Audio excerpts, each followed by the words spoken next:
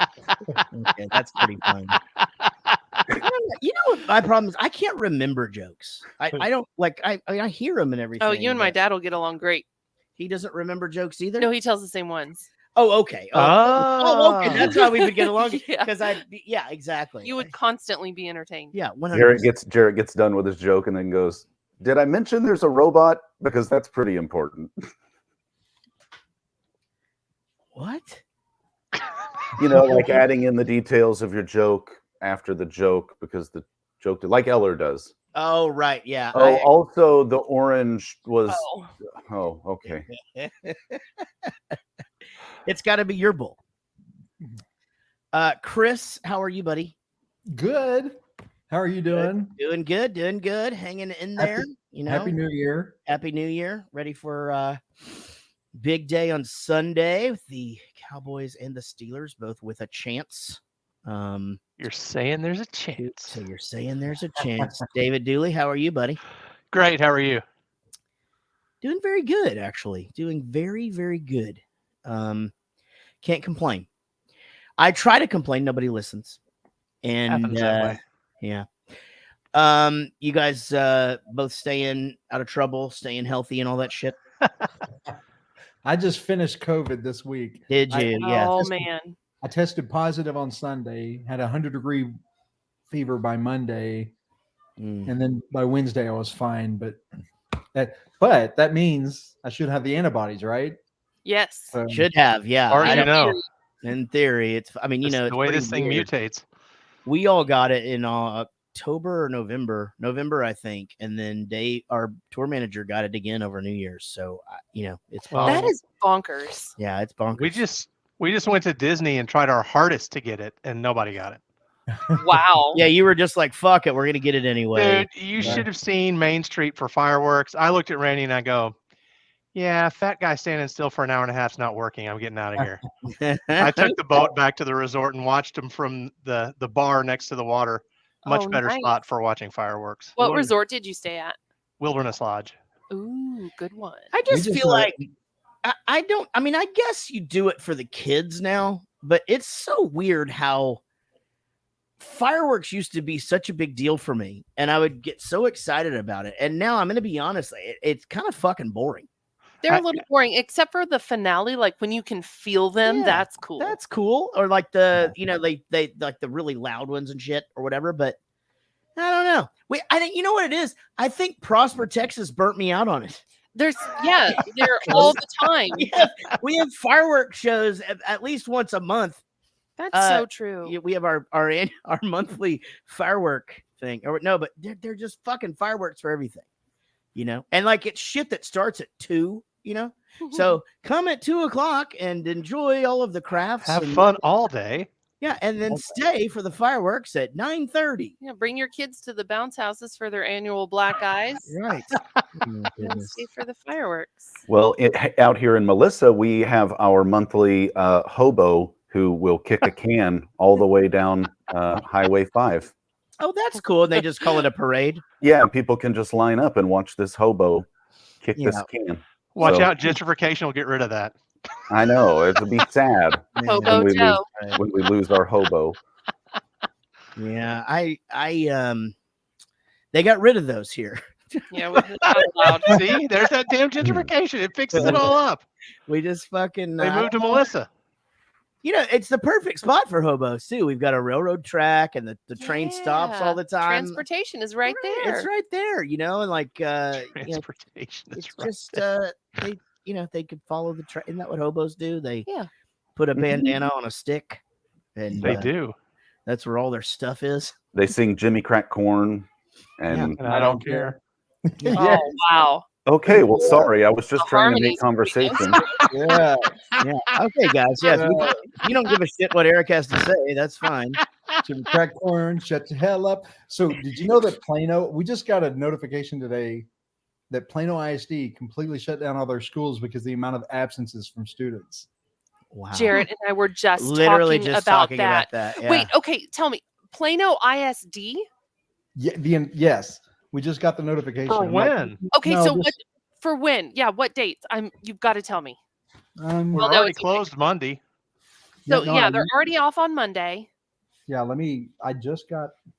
I cannot believe that Plano did it. Yeah, That's breaking news. crazy, man. Just in, PISD closes all schools due to absences. Oh, I just asked Jack this the other day. That's okay. When you know, let us know. Yeah, I'll find out. I was like, do you know anybody that has had COVID? Nope. Anybody ever absent? Nope. That's because it's just they don't test. Those like the kids, they don't. Yeah. No, they don't have symptoms, so they're not going to test. Right. Yeah, it's a good point. On the other hand, Zoe said she went back to school this week after being out last week with COVID. And she said she went into her history class and there was like her and 2 other kids in there and everybody else was gone. So they had to, at our elementary school, they had to split up classes because there weren't enough substitutes. So they had to just be like, okay, 4 of you go to that teacher's class, 4 of you go here. Oh, I can see that. Yeah. And then if that doesn't work, they will start to pull people from the administration building, just like secretaries, any adult, just to sit in the classroom. My God. It's don't be a room mom, you'll be stuck. Oh, I'm a room mom and a substitute. Yeah, you're double whammied. All right, guys. Well, let's play this game that we play here. Let's do it. Here we go. And now, Jared Goes to the Movies presents everyone's favorite podcast game show. It's time for 5 questions, where we ask 6 questions, and the high score is 7. Here's your host, Jared Reddick.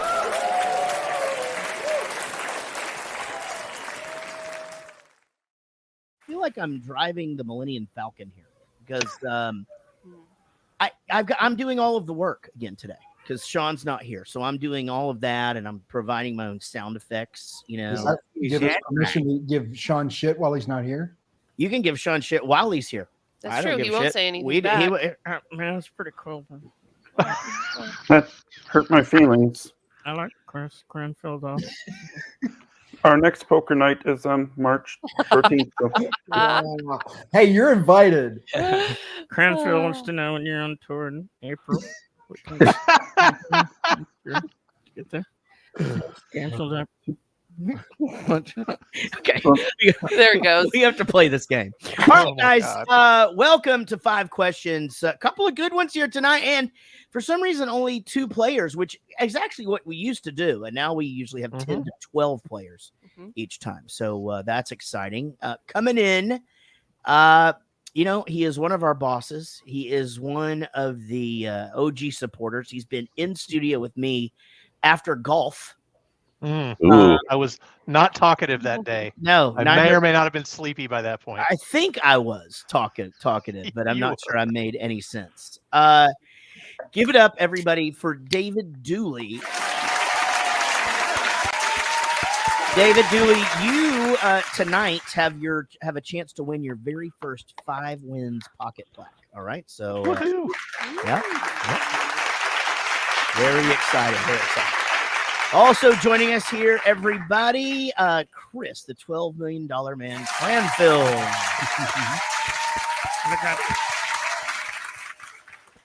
Sean, what do you think about Chris being here? You love Chris, right? Yeah, we used to work together. Yeah, you guys used to like do some sort of a job where he was your boss, I think, right? Yeah, worked in IT, marketing. Oh, okay. And accounting. Help desk. Even your pacing is good. Like you have his rhythm perfectly down. All right, guys. Well, you guys both know how to play this game. Remember, you know, they're not going to have a tie tonight. So this should be a lot of fun. Both of you guys able to write down your answers?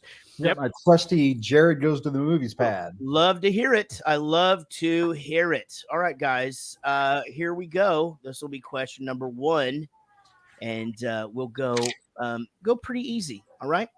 Not sure if you recognized her, but who lives in the David Gale Death House and Museum? What actress plays the character? I'm sorry. What a fucking terrible question. No, it's a good question. It is a good question. All right. What actress plays the character who lives in the David Gale Death House and Museum?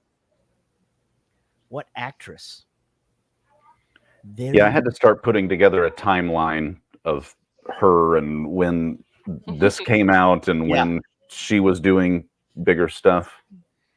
I mean, yeah, it's for everybody, I think, in this movie. It was kind of like that for me. Yeah. All right. Hold on. Sean, edit that out. Chris, what did you say? Melissa McCarthy. I don't know if you can see that. All right. David Dooley, what did you say? Same, Melissa McCarthy. McCarthy is correct. Very, I good. would not have noticed it, but the wife noticed it while watching. Yeah, that's pretty good. Pretty good. All right, guys. In the movie, The Life of David Gale, what was the board's vote? How many versus how many to vote him out of his job and put him on sabbatical? How many voted for and how many against? I bet if I hadn't watched this 3 weeks ago, I would remember that. You know, it's Yeah, me funny. too. I actually watched this when we were originally scheduled, and now I'm like, this is memory. Oh, you're right. I Yeah. should make these easier because I'm that had to get canceled because I drank for 14 hours the day before. And I was honest with everybody. I Yeah, didn't for even, sure. I didn't even try to like. I just go, look. Here's the deal. Full disclosure. is Yeah, what- I drank 14 hours yesterday, and I can't do it. I can't do a show tonight. And everyone's like, I can't argue with that. Yeah, Cool. right. Why not? See you later. You know, See you later. Totally fine. All right, David Dooley, what you got? I think it was 5-1. All right, and Chris. Wow. I did 6 out of 7. Wow, you're both incorrect. It was 4-2. Damn it. 4-2 with our Constance being one of the two that actually fell, or that Well, she did fall. she did fall. She did fall. Yeah, she did. And so, was anybody else like never mind. Turned on? No, yeah. Not yet. By the Later in naked the movie. Not body? yet. Wow. About the time they started ripping that duct tape out Yeah. to tear off is when I That's started. driving you absolutely crazy, huh? Oh my God. Right. Yeah, I get it. All right, guys. This next thing will of course be about the movie The Life of David Gale. What time was David Gale pronounced dead? What time of Man. day? Ooh, I think I have a guess. Y'all have to remember that Kidney Pete has been on this show, on this thing, like every other time, and he takes copious note. Is that the word? Copious notes. Sounds kinky. I It know. does. Copious. Yeah. Copious. I think you just made up a new word. Ew. All right. Copuletic. Chris, what you got? Everything is copious. I had 6:02 p.m. All right. And David, what'd you say? I said 10:03, but it's just a guess. That was a good guess by you, David. Chris, that was what time he was strapped in. He actually died at 6:12. That was my guess. 12. Damn it. Oh, sure it was. Yeah, after he told you the answer. All right, guys, you've both gotten one correct. This is question number 4. I'll try to throw you guys a softball here at least. Don't bother. I'll miss it. No, but you're gonna miss It's it been 3 anyway. weeks. You guys both watched this 3 weeks ago. Yeah. 3 weeks ago. Yes. All right, guys. What was the name of the university that David Gale worked at? What was the name of the university at which he worked? Did you notice I corrected my grammar? Yeah. Yeah, thank you. I I did. did. Thanks. With which university? Man, seriously, that's what it sounds like to me when you say things correctly. Yeah. Yeah. From which? From what? But hey, Jarrett, here's a trick. Okay, just a quick grammar lesson. So if you say, "What university did David Gale teach at?" and you can't end a sentence with a proposition, you just say, "What university did David Gale teach at?" You fucking morons. Right. Yeah. There you go. And then that That would way work. That would you work. end it with that. a phrase and not a preposition. Preposition is bad. Yeah, that's bad. Okay. David Dooley, what did you say? I said University of Texas. All right, Chris, what'd you say? University of Texas at Austin. Guys, it's Boo. actually the University of Austin. They did not. They did not have permission, I assume, from the University of Texas. That though makes it did look sense. like Are it you was shot. serious? Yes, that is right. They were not at the University of Texas. I'm really sorry if that I did not work didn't out for you. realize that, and I've seen this movie multiple times. Yeah, yeah. Why? Oh wow! Really? They totally fucked it up. Huh. All right, guys. Well, I'll see again. I'll see that's 4 questions down. You both gotten 1 correct. We suck. We may have a tie. Yeah, we might. David, I let's- don't want to stand in the way of you getting this plaque. I promise I won't. All right, guys, here we go. In the movie, The Life of David Gale, who is quoted as saying, "Eye for an eye leaves us blind"? An eye for an eye leaves us blind. Who is quoted as saying that? Eye for an eye leaves us blind. It leaves us to where we can't see. I have a theory about that, but I'm sure we'll get into it later. Yeah, okay. I like it. Chris Cranfill, what you got? I just remember him drunk on the street quoting different like Aristotle and Plato, and I have no clue. I just put Aristotle. But All right. That's not the scene where that quote happened, but David Dooley, what you got? Same thing, but I said Nostradamus just to try to be funny. All right, guys. Well, that actually happened during the news thing where he was getting the guy to agree and disagree to his own quotes. So that was actually Gandhi that said that. Gandhi. All right, Gandhi's guys. always good for a Well, laugh. this is fucking interesting. You guys both have 1. And we both actually watched the movie. Yeah, and you both actually watched the movie. I don't know if this has ever happened before, but let's just see where we end up from here. Here we go. Eric's off on attention again.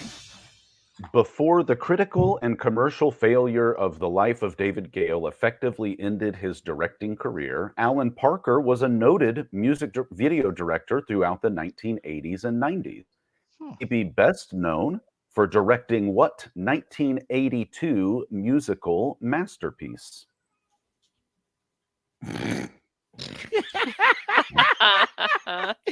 We need to switch you and Sean. That's Yeah. a fucking hard question. It's easy. I knew going in that the director directed this other musical I think I masterpiece might- Masterpiece. I think I might know what it is. All from right. 1982. Yeah. Well, I don't remember all my years from that stretch of life exactly in order, but I got to guess. All right. David Dooley, what's your guess? Thriller? All right. And then Chris, what'd you say? I put a question mark. I'm hoping David wins. He needs this plaque. The correct answer is Pink Floyd's The Wall. The Wall. Right. Okay. 82. Wow, it seems like that's older than that. All right, guys. Well, this is exciting here. It is. We get to do something. No one wants it. We haven't been able to do this in a while, but we do have to do this. Here we go. 3, 2, 1. Jared Goes to the Movies Kidney Pete Memorial Celebrity Tiebreaker Question of America Awareness Pro-Am Question. All right, Eric. I don't know how I forget about that. every Let's sort time. out this tie we've got and see who will either answer the question or pass the question over to the other guy. Here we go. Troy Aikman wants you back, and he wants you to remember that in addition to being a Class A dickhead, he was also once a successful NFL quarterback. How many passing yards, regular season and playoffs combined, did Aikman have during his 12-year pro career? I like it. He's changing shit up. Usually it's Spotify. Mhm. He thinks people try to figure that shit out. Mm. Nobody's ready for that. All right, guys, I'll give you guys a few seconds. You can just write it down. Remember, it's just who gets closer. It doesn't matter if you go over. This is not The Price is Right. This is The Price is Wrong. I don't even know where I would start with that kind of question. How many yards do you think that the average quarterback throws in one season? And how many seasons? How 12? many games are in a 12 season? years. Like 12 16, seasons 17? and playoffs. He was in the Well- playoffs a bunch. Buddy handed the ball off to Emmitt Smith a bunch. Quite a bit. No, Yeah. Buddy so- didn't hand off the ball. Buddy was catching the ball all the time. All right. Chris Cranfill, what is your guess? 500. Holy shit. Well, we know who won this. 46,000. Oh my God, maybe not.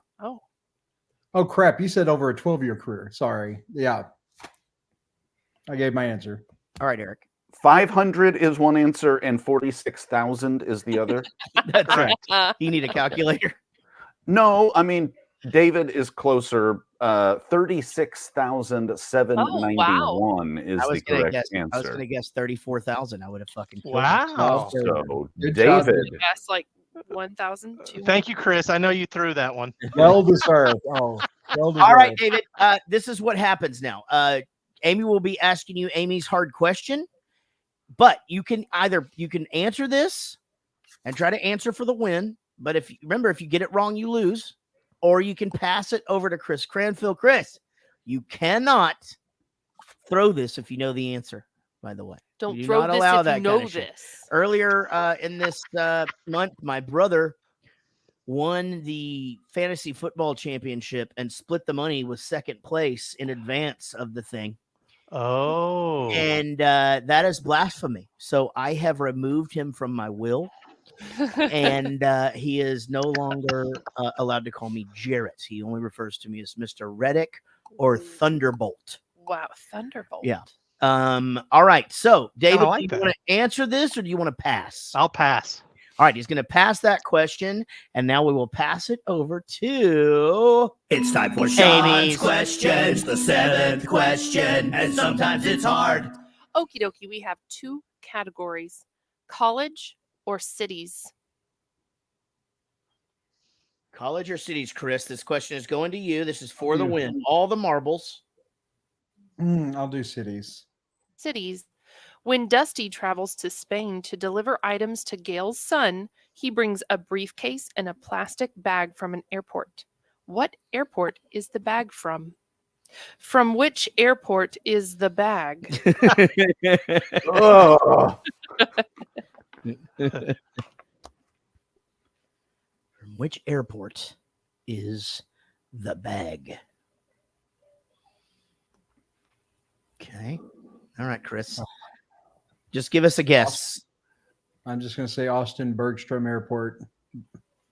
It was Miami. Miami. Miami Airport. That International means Airport. that we have a new 5 Victory. pin plaque winner.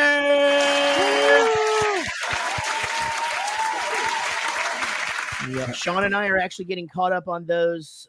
Those of you who haven't received them that are still here. Those of you who I haven't even ordered them yet.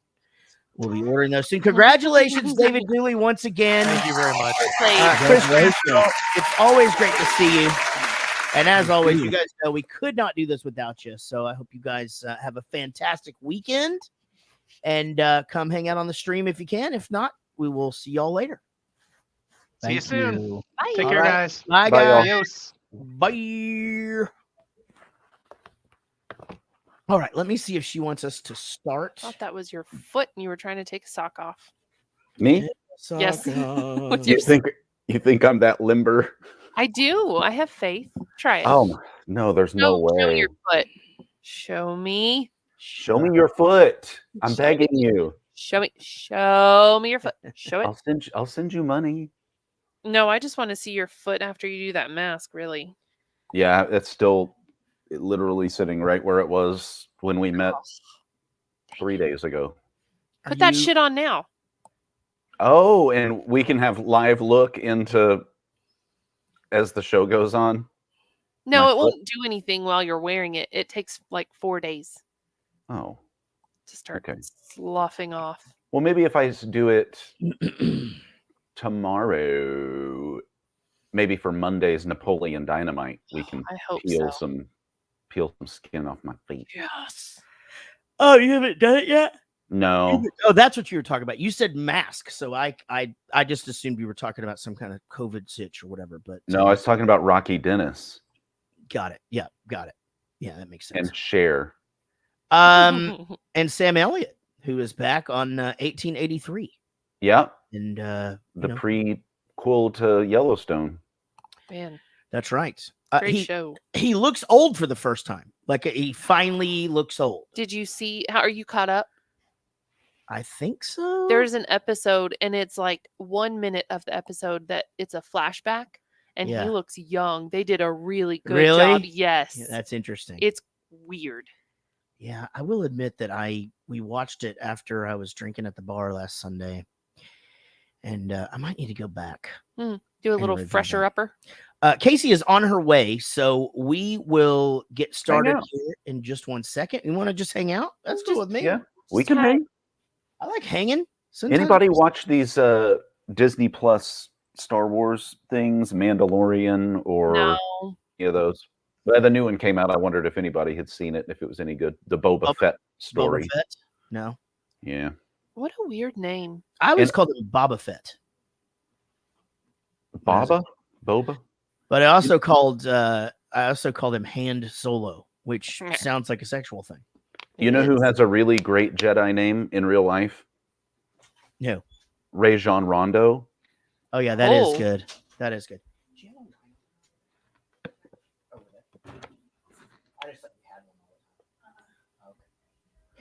Look at you coming in. Rajon Rondo. And Serge Ibaka.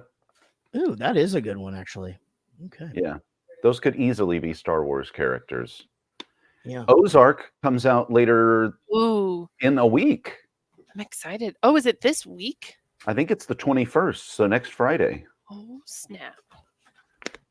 That's very exciting to me. I love that show. I wonder if it's... I don't remember... Okay, I didn't watch Ozark when it like first came out, Yeah, so me by the either. time we started watching, we could watch all of it. But is it one of those where they just dump all 12 episodes, or is it one where they drop 1 week? It's Netflix, so I think it's just a whole dump. Come here. Oh, I don't get a hug? No hug? Oh man, Oh, she can't heartbreaker. hear me. Well, no, she hauled ass. Oh, like in a fun way? She's been cranky all day, and she's usually not. She has so many more good days than bad. Yeah, Okay, give me a hug now. we're all allowed those bad days. Goodness. Hi. Oh, I know she can't hear me. Hello, sweetheart. Hi. Are you going to bed? Good night. Good night. Have sweet dreams. Okay. Okay. Mwah. Can I have a kiss? Okay. No kisses. Okay. No kiss. She just spent all of her energy on me. Sorry. She hates kisses. She does not like it. She Really? Like she does not like to give or receive or No. both. Just either one. No thank I you. give her a kiss in the morning, like, good morning, baby. Brush the hair out of her face. Give her a Mhm. kiss on the forehead. No kisses. Is it your beard or is it everybody? It's everybody. Oh, okay. My beard may have been the initial factor. I don't have Gotcha. any way of knowing. She won't tell me. Worst. But she's still super cute. She's adorable. My goodness. Hair is nutso. Oh, but it's so pretty. So It you've looks watched nuts out, but you've watched this movie a bunch of times Hey, don't ask on yourself that. purpose? Hey, you shut it. yes. Okay. And I did. It's really funny that was your question because I read that in the trivia and I thought, huh. I mean, I don't think it's the greatest movie ever. And we'll say this again later, I promise. But when it said that it was this epic failure of a director, Jesus. Well, yeah, I mean, I whether I liked it or didn't, and I'm not even really sure, but like, the rewatchability factor on this to me seems like it would be next to zero. I could see that. I'm always that type that thinks I'm going to catch something different, Gotcha. which let's say Magnolia. Oh, I can't hear you. Oh, she's not in there yet. But like Magnolia, I know that I would find something new if I watched it again. Yeah, but do you want to take the time to? It's a 3-hour movie. Yeah, exactly. Hi, Casey. Oh, hold on. No, she's No, only through Jarrett's mic. Sean's not here, so, all screwed up. I'm right here. See, I can't do it as good. I sound like Boomauer. Well, that's okay. We can all have our own, distinct Sean. takes on Sean. There she is. Am I in? Am I there? Yes. Oh, you sound beautiful. Yeah. Ooh, did you get some new Brooks over there? I did. Do you like them? I had some before. Oh, you They're did? pretty rundown. Yeah. And then What's a Brooks? I've been trying. They're like It's a running shoes. shoe. Oh, your $8,000 running shoes? Cool. Oh, right. Your Yeah. designer running shoes. Louboutin They have running good shoes. arch support. Isn't that weird? I'm telling you, I don't know what I did, or what I looked up. You had to have just clicked that one shoe one time. I didn't click that shoe. No, not that one. I but still now- haven't stopped getting snow ski And, advice on. Yeah, mine would be diamond studded, apparently. mm-hmm. Yeah, because you're fancy. All right, here we go.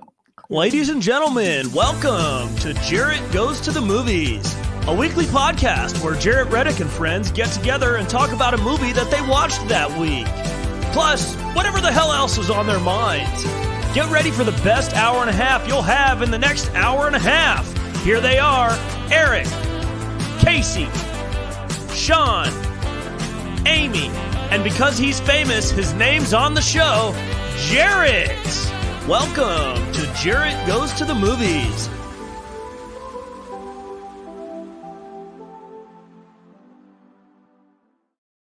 Just applause for the man. They're always so happy. I know everybody's so stoked all the time. Welcome to Jarrett Goes to the Movies. I think we're at like 390. No, let me take that again. We're at like 297 episodes or something. 300 is coming up. And everybody but Casey has voted. Did you see what everybody's voting on? No. They want to do Back to the Future again for 300 and then do Back to the Future 2 and 3 after that. Okay, that's what we're going to do. So episode 300 will be the episode that started it all. We started here 5 or 6 years ago with Back to the Future. It just happened to have been its 40th anniversary, I believe. Me and Rich and Casey. And no, Casey, you weren't even on the show yet. Well, You were that's kind of the back thing. in the background. Yeah. Anyway, that's coming up. Hopefully we will do something special and have some fun.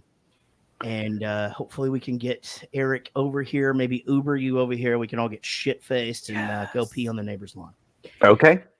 So that's happening. Today we're going to be talking about the movie The Life of David Gale. And this was a cool one for me because I had zero idea who was in it, zero idea what it was about.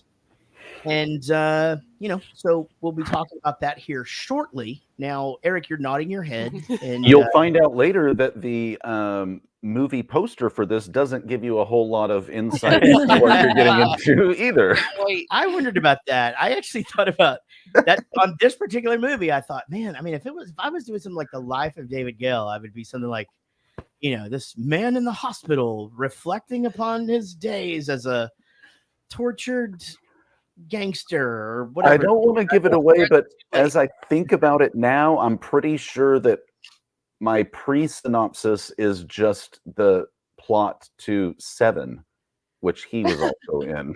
Right.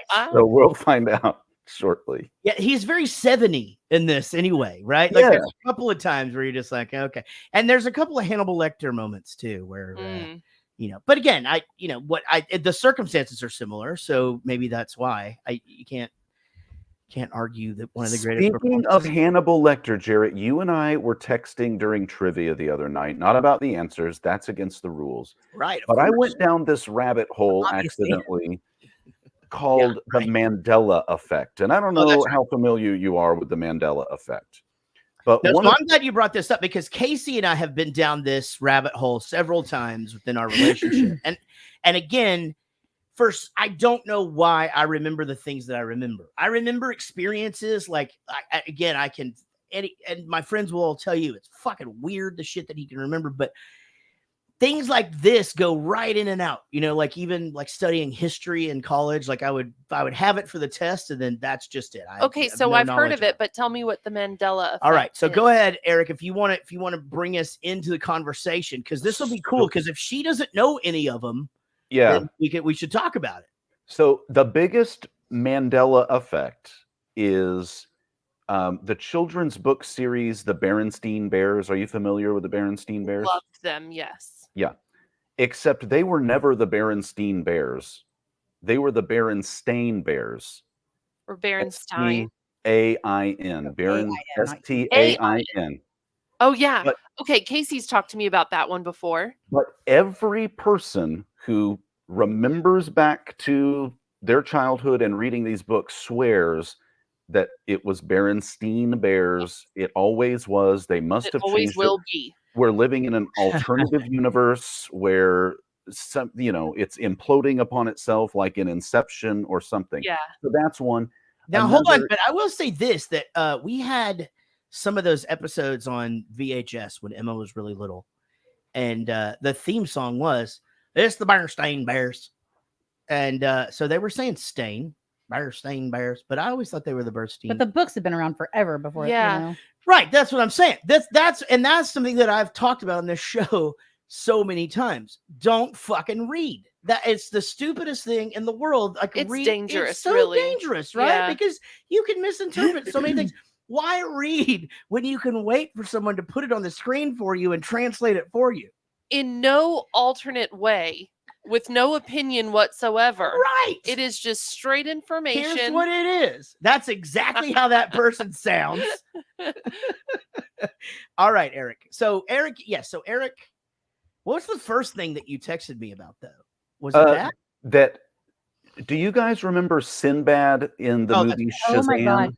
That one fucking kills me. No, he wasn't in the movie, but there was supposed to be that there was a movie where he was a genie. Right. And they say it was called Shazam, and it was this movie with Sinbad as a genie, and like 90% of people our age or younger remember this movie. Because it was a movie. The thing that gets you on this one is that Shazam is a movie where Shaq is a genie. That's Kazam. Oh, Kazam. Okay. Yeah. But anyway, Kazam is a movie where Shaq is a genie. And I guess there was a trailer before Kazam for a Sinbad movie, and people just like meshed it into their brains. That is weird. That there is a movie that he was in where he was a genie, and there isn't. Like, but there are people who like can swear that they watched it.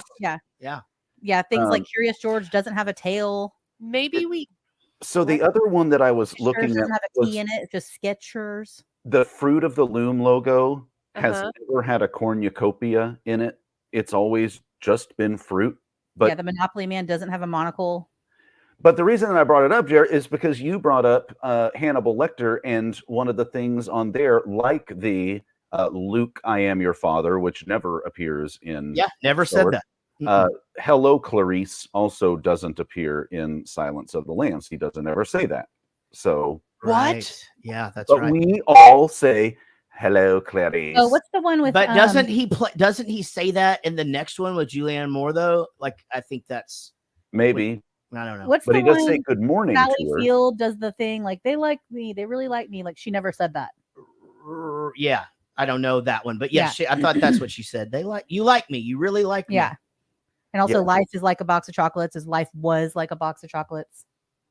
Almost told me life was like a box. Oh yeah, I would say is. Oh too. my gosh, this is making me real. Yeah, mirror on the wall is not a thing. It was magic mirror on the wall. They never said mirror on the wall. Who's the fairest? God, that's fucking crazy. I don't like that one either. No, they're so fucking trippy. The shit gets crazy, but this Berenstain Bears and this. For me, the Fruit of the Loom logo, because I'm certain that I had little kid tidy whities that had the Fruit of the Loom logo with a little cornucopia. That was the logo, but it's never been a part of their logo ever. I feel like maybe all of these things really did exist, and maybe we were just Men in Black, like memory erased, and they forgot that detail. Yeah, you know, and it just didn't cross over. Yeah. I have one. Tom Cruise didn't wear sunglasses in Risky Business. People always do that little scene Oh, I've never with the seen it. sunglasses and the underwear where they slide in. Oh, Okay. he didn't wear sunglasses there. Yeah, you're right. Yeah, he But did not. when have people those. dress like him in You're the right. costumes, They everyone do. does that. Yeah. Jeez. My Yeah. goodness. That's crazy. Another one is most people think Bowling for Soup does the song Stacy's Mom, did the song Stacy's Mom. And we fucking didn't. I feel like that's going to be in there one day. Yeah. One of those Yeah. things.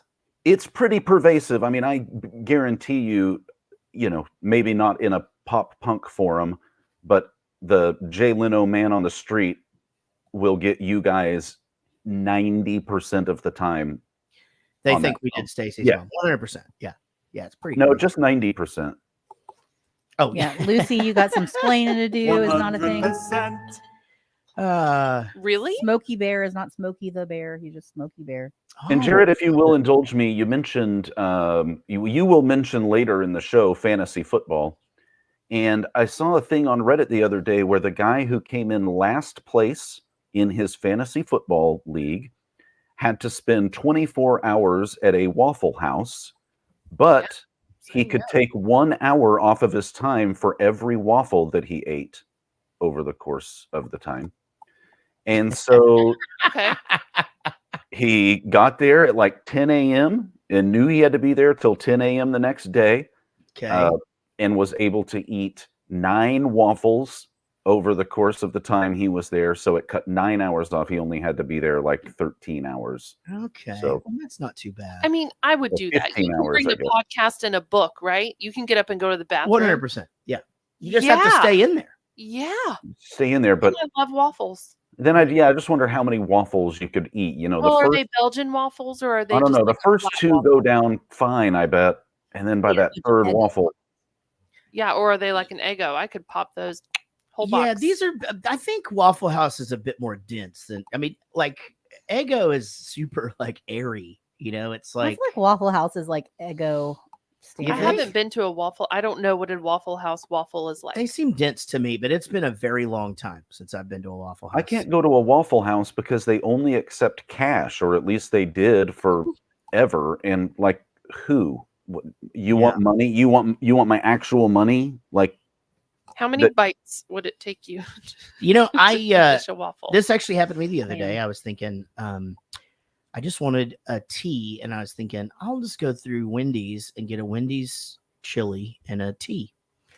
do you like Wendy's? Yeah, I like Wendy's chili. Nuts are in And Yeah. there's- Do you like Wendy's nuts are in your mouth? Walked right into that. I Mhm. absolutely walked right into it. You got me. You fucking got me. Yeah. So I was driving up there, and how like they have all those places have like this, like before you get to the actual window, there's sort of like it's like a thing that it's taller, and it's got some of the items on there that you can see before you get there. Oh, It yeah. had this sign on there that said, not accepting cash. Sorry. And, but there was nobody in the line. So I'm like, that's gotta just be like on there from like another time. And sure enough, on the speaker, it was like, not accepting cash. So I left. And again, there was not one. I don't know who the fuck has cash ever anymore. Like, Wait, not accepting credit or not accepting cash? only accepting cash. Sorry. Oh, Oh, got okay. it. Well, I really Yeah, I would have fucked to that leave story too. up. Now, here's the deal. You have to have a lizard, Eric. And that Oh, would have right. made right. Yeah. You understand what I'm saying? Like, Yeah. Did I forget to mention there was a robot? That's funny. Oh man. That was a good conversation that we had during trivia, but boy, did we get our asses kicked in trivia. Speaking of Wendy's, I wasn't there, so that we had several of those things where you had to say like what a cowboy was scared of, and it was like whatever the thing was, and it was like leather or I feel like that's horses and- another Mandela effect. We think that Casey is Yeah. always good at those because she got the first one right. Yeah, I got like 2 in a row right, like Yeah. years ago, and everyone's like, "Casey, what's this Latin Yep. word?" And I'm like, "Ugh." And weirdly enough, sometimes I do get it right, and I don't know why. And then Yeah. maybe I speak Latin. Maybe you're just really good at it. I don't, Mandela. Maybe in a previous life.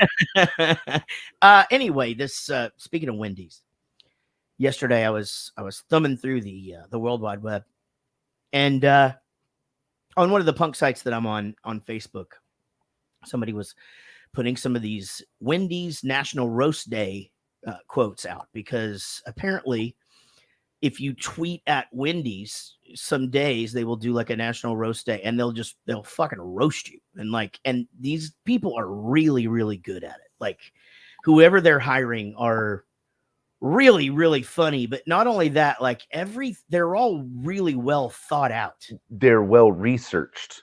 I'm just Okay, so good. how much time between when you like reached out to them and they tweeted you back? It was so fast, because Okay. I walked away. I mean, I had done what I needed to do. I put the thing out there and I walked away. Well, then I get a text from Rodon James, and he's just like, "Oh my God, that's brutal what they just said about you." And I'm just, at that point you're like, okay, maybe I don't think this is funny. Maybe it might not be funny anymore. But I had seen the one they did for Hawthorne Heights, and it's, again, these are so good, because what they said to Hawthorne Heights was, and again, you ask for these, you go roast me. So they go give it to us straight. And Wendy says, "Really miss you opening for all the bands I loved." and that is so good, because Hawthorne Heights, they were that band. They were on everybody else's They tour. were like always a bridesmaid. Always a bridesmaid. Yeah. They still are. They're still on tour right now. We're about to go out with a bunch of bands that are bridesmaids. So then a couple of other ones that I didn't really understand, because I don't know the band that well, but I saw the one for Under Oath.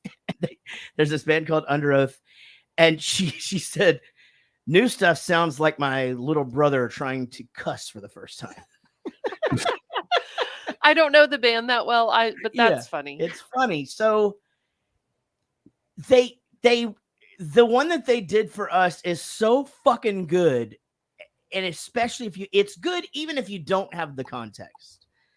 But what they said was, "Guess we've already roasted most of the main stage bands. May as well go to Ernie Ball and see what's happening." So this is a Warped Tour reference.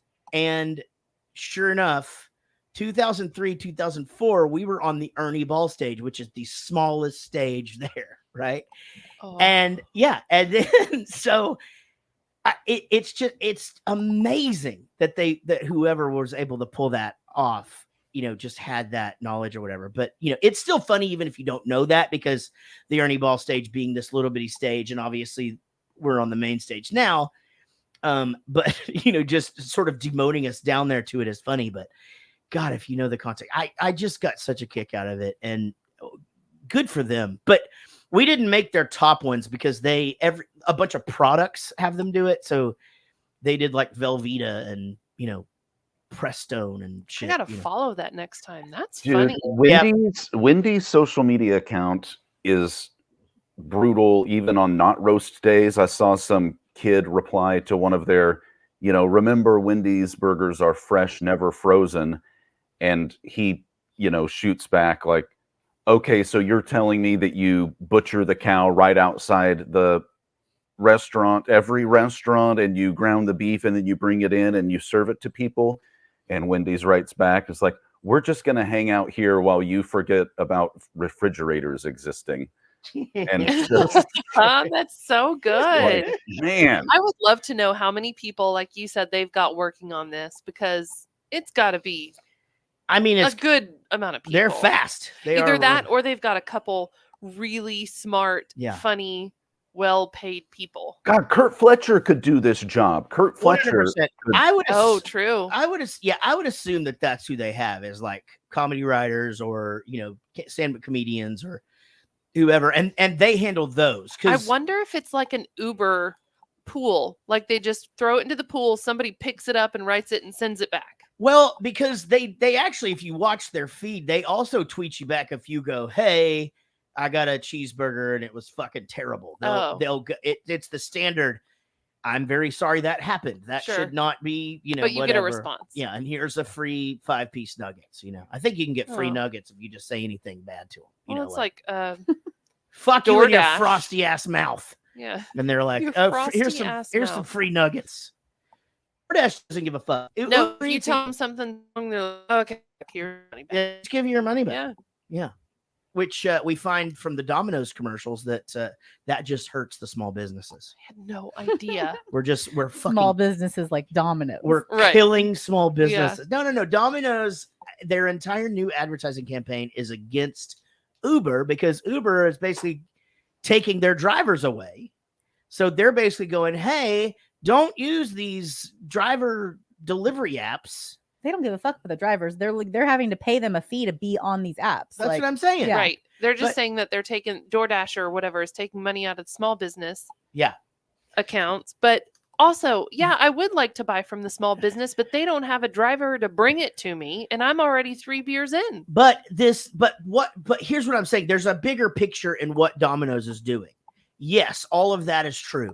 They're saying, yeah, they're taking food out of these people's mouths and they're costing them money, and the local guy can't do this, whatever. That's not the end game for Domino's. Domino's doesn't want Uber Eats to be a fucking thing Of course not. because Uber Eats makes it just as easy for you to get this pizza place down the street and Bob's Pizza. So Yeah, Mhm. because fucking Domino's is not the first choice. no, Right. no, because it Not used anymore. to be if you wanted it brought to your house in fucking 30 minutes. Yeah, you got Chinese food or you got 100%. That was it, That's true. And now even it's funny because companies that were advertising to be that they delivered, like Panera was real big into the delivery thing now, and I don't even think they do it anymore. Like it's It's one of those because things. nobody wants Panera. Garrett wants Panera. Panera sucks. Ugh. I saw a thing the other day I that like their said that bagels. Panera is just overpriced hospital food, and I can't stop thinking about it. Yeah, it's not far off, but It's pretty fucking close. Oh my it's- gosh, that's true. there's not a lot of places you can get a chicken Caesar salad and some chicken noodle soup delivered to your house. La Madeleine That's fine. Do they La deliver? Madeline is well, they're on Uber Eats, I'm sure. yeah, they're You get a that- I thousand did- times better than Panera. I just thought they had like muffins and shit. No, they have really good tomato soup. They Yeah, have but really it's- good soups. They have You a have really a little good Madeline over there? You thought you just had like a quick check and a Dairy Queen?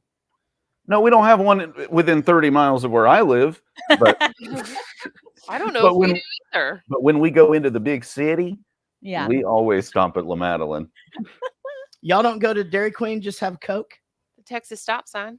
Dude, we have got a place better than Dairy Queen up the road called Spurlocks. It's whore been there mouth. since 1938. And it's Oh. just a little drive-in like malt shop that you would see in movies based in the 1950s. Like We'll it's have to stop by on the cutest way to your little new thing. house. But do they have like burgers and shit? Yeah. Yeah. Do they actually have malts? I like them. Yeah. all. It's malts and I mean I don't love a malt, but they have Man. malts Oh. and shakes. Those are all over Dallas. There's one in Wichita Falls called Scott's Drive-In, and I actually would put that burger up against pretty much any like like any fast food or like mid fast food burger. I think I love a place. Brahms burger. Yeah, those Oh, I things are haven't good. had I Brahms never in had that so long. until I met you. Actually, I'd never really eaten these Brahms hamburgers before. That's where I got the sex talk from my mom was at a Brahms. I thought you were just Oh, going to yeah, stop it. That's where Did I had she the draw got the something? sex. Did I make that up? Did she draw She something? did. She drew ovaries and a uterus on a napkin. On a and I was- napkin. And I I was wish you so still had it. embarrassed. Oh God. I was like, Mom, this is so embarrassing with the other two people that are here at Brahms. Right. My 15-year-old brother had a screaming baby in the room across the hall from me, There so was your that talk. was my sex talk. Yeah. That makes sense. I was My- actually in Girl Scouts at that point whenever they got pregnant, and yeah, we went from the like, I don't know, like helping the elderly badge to we flipped a couple fucking books forward. Everybody got to learn. Oh yeah, because you had a baby at home. Yeah, my dad just said keep it in your pants unless you have to pee. And if you ever get a girl pregnant, I'll fucking kill you. And like that was pretty much the end of that talk. There you go. So I was nervous a lot. Yeah, my parents my parents just kind of set me down and said, look, when you ever need to come to us and tell us that you don't enjoy putting your penis in vaginas, but instead to men, just know that we will kick you out of the house. And so I think that was When a you pretty tell us. yeah, it wasn't a matter of if to them. It was So just so you'd be like My mom thought I was a lesbian. if you were having sex with somebody and you were young or whatever, and they'd be like, God, I hope our parents don't find out. Were you like, no, that's fine as long as I'm putting this in a vagina. Yeah, I hope they do. I'm smooth. Yeah, I mean, I don't know how much sex you think I was having when I was young, except with my Uncle Lonnie. There's Lonnie. Aw, Yeah. Lonnie. Poor Lonnie. But Yeah, my mom did the at the dinner table, like, if any of my children just looking me in the eyes, And your like, brother already has a baby. we're ever, gay, I would tell, like, Casey, for example, if you were gay, like, I'd understand, and I'd be like, I'm not gay, Mom. My brother's in the background, like, gay. I'm like, why are we doing this now? Like, I just want to fucking drink my Slim Fast, Shanna. were you wearing Green Hulk. Yeah, exactly. My Green Hulk smoothie. were you wearing Doc Martens at the time? I was Everybody was wearing Yeah, Doc Martens of at the course. time. Were you wearing a flannel shirt at the time? 100%. Okay, but last question. Were you wearing cargo pants? No. I don't think they called them that. What did they call them for girls? They were like, remember they had like The really baggy ones? no, they were like Old Navy And with we some spent the pockets. night I drinking don't know. huge-ass beers with a Regardless, bunch of yes, I gay did look men like a on little Bourbon boy. Street. I thought I looked like a cool MTV grunge chick, but I was just like a chubby little Hanson boy. Is he sick? Oh, Hanson is going on tour. Yeah, for sure. 100%. Oh, did we I ever bet me and figure out what Jared looked- episode that we was? probably looked weirdly similar as children. No, I don't know. Just these, like, Oh, let's do a we side were by like side. these genderless little kind of like chubby kids. I bet we looked pretty similar. She's sick, and that's just because my parents had dressed me in blue OP pants and a white shirt with terry cloth on the shoulders, and it fucking could have probably passed as a girl outfit. I'm sure. You wore pee pants? You said pee pants. Yeah. OP pants. They don't make enough clothes out of terry cloth anymore. I will. I think that's just What is a terry What's cloth? terry cloth? Like Is that towel. like a dish Towels. It's like towels. Okay. Yeah. Ew. We just used to wear towels back then. But you used to be able to get like full-on shirts with like these drooping V-neck yeah. collars and Absolutely not. We did. Yeah. You got to admit though, we wore those like limited 2 shirts that were like this big. They were like the bubble shirts, and remember they stretched out to like normal size. Do you remember those? They were like crinkly. Oh, I do remember Yeah. those. Yes. I didn't wear those too often because it made me uncomfortable. Well, yeah, they were terrible. Ugh. Well, my gosh, that small talk was really fun. Oh, right. The movie. We were here to do a movie. You remember that? Oh, I thought maybe this was the episode that we were going to Yeah, I skip thought we the weren't movie. doing that. Well, somebody said that before we stopped doing movies, there was some other movie that we had to do. I can't remember what it was. oh great. Citizen Kane, I believe. I was driving down the street. the Oh other day god. thinking about that. Just like, wouldn't it just be funny if we just fucking stopped doing movies, but everything else just remains the same, and we just sit. Here I and just talk feel like for we a should couple hours. like for the people that only listen to the audio, like just make the name of it like some like really obscure, like very artsy film every single time, Yeah. and then just never talk about anything and like see how long it takes people to notice. Yeah, maybe. Well, Sean can provide us with a list of those. That's So true. Yeah, I can start working on it. I'm in LA right now. We'll just put the name of like only Hallmark Christmas movies. we should do Hallmark Christmas December. in the for sure. Mountains, or Let's do it.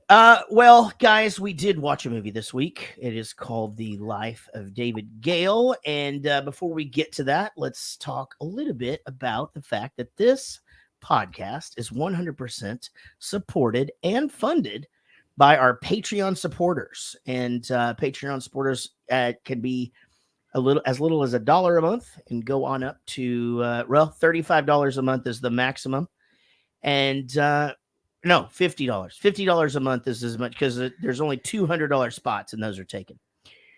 But for as little as $1 a month, you can be part of the winning team, and we certainly appreciate everybody who contributes.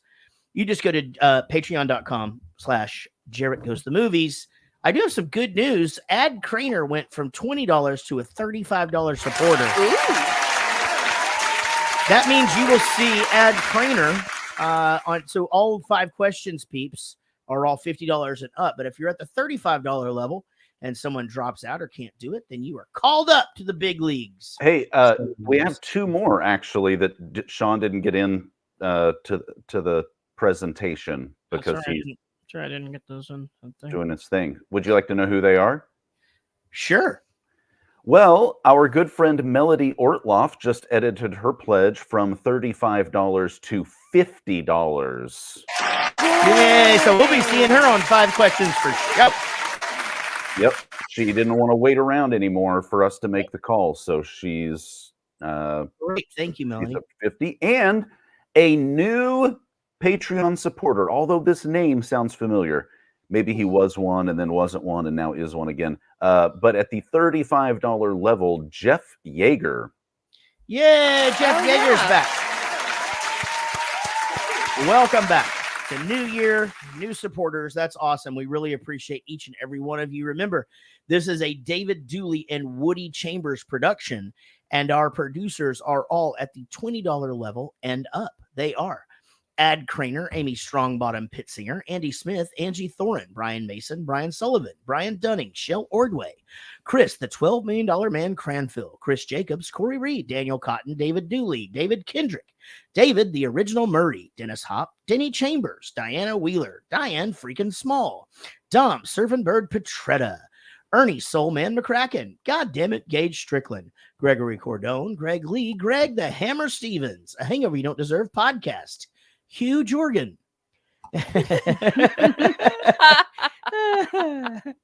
That's a good one. Dr. Jason Ellsworth and Kidney Pete, Jay Palladino, Jeff Millman, fucking Joe Barlow, Rat Pack, Joey Bishop, John Gickler, Josh Millman, MVP Kate Etra. Oh, sorry, I had like a hiccup thing and I had a bunch of spit in my mouth. So I'll do her again. MVP Kate Etro, Katie Gardner, Kim Frosting on the Beater Murphy, Kirsty Fisher.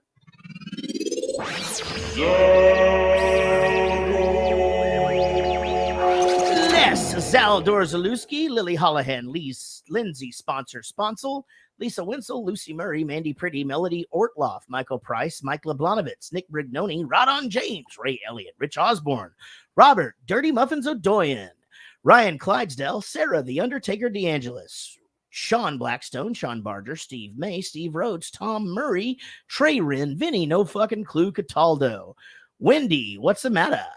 And Woody Chambers, and of course, Svee Hurst, everybody. Our producers are better than your producers on your stupid show. Sorry about that silence there. I was taking a drink. What you drinking tonight? I'm having a little bit of wine. You know, in a nice wine glass in a too. nice little wine glass. Yeah, I normally don't do that, but yeah, I like just trying to fancy. be trying to be sophisticated. Thank you. That's a Thank you very Man, much. I'm gonna go get a beer then. Yeah, go get a beer. We'll wait for you. You know, we'll wait for you. I just need 15 seconds to go over to the South Wing. South Wing. Ride the tram. Yeah. Say hi to your baby grand piano. Yeah. Oh man. On Oh your yeah, I way. forgot about that. That's right. Got the really nice piano in there. Man, it is hot in here. I was just about to say I got to throw my Well, whenever it goes to bed, we can open up the door. But you know, we probably shouldn't be shouting swear words all over the place. Probably not. I don't know why it's not picking up that we're in here though.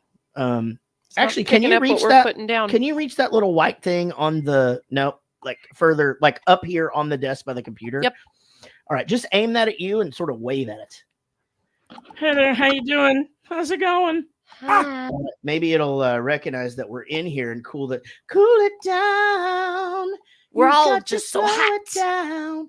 Ooh, watch Ooh, out. watch Okay, out. we're in here now. But it's saying it's 68 in here. There's no That's way. not true. There's no way that's a thing. Everybody's saying silly things It's a lion machine. without knowing that Yeah. life brings a change. All right. And I'm checking all the signs. Yawning so much. I've been listening to a lot of yawning. All right. Oh my god, my mom used to listen to that shit. Remember that shit? Yes. Yeah. What is that? Like world music? Is that what that's called? Yeah, Yawning? music of the World world. music. Yeah, I think it is. Huh. The Life of David Gale, rated R, 2003 drama thriller, 2 hours, 10 minutes. Pretty interesting here Ooh. as far as the way that this is broken down from review standpoint. 7.5 out of 10 on IMDb, not too Okay. shabby. I never look at these, so I'm All looking right. at you, kid, to let me know how it turned out. Rotten Tomatoes, Uh-oh. 19%. Yeah, 19%. Really? Yes. You're Have in. we ever had that big of a discrepancy between Rotten Tomatoes and IMDb? This one seemed weird. Like Probably weirdly. not. I am very surprised. Because this gets down into Love Guru, Dude, Where's My Car Because territory. Metacritic or whatever Yeah. that one is like 30 something. Which one did you say? Is that what it's called? Metacritic? Is that, Oh, I don't know. that one's like 30 something, and then Rotten Tomatoes is 19, and the other one's 7 point something out of 10. Like Kind of all over. weird. Yeah. Huh. I'm really I am surprised. so sorry. I used to only be allowed 4 yawns per show, but I think that's Damn about it. 6. Uh-oh. Yeah. All right, guys. The budget for this was $38 Oh, million. man. Why'd you say, oh man? I could yawning. Oh, okay. Well, I thought it was about the budget that I was Yeah. talking about. Oh, come Yeah, on. like right in the middle of Seriously? $38 million. Just, oh man. Jesus Christ. All The right. the travesty. budget was 38 million. Box office, they made 39 million. I don't see the problem. I guess they made money. I thought that if you made your money back, they would let you make another movie. I am really surprised with all of these details.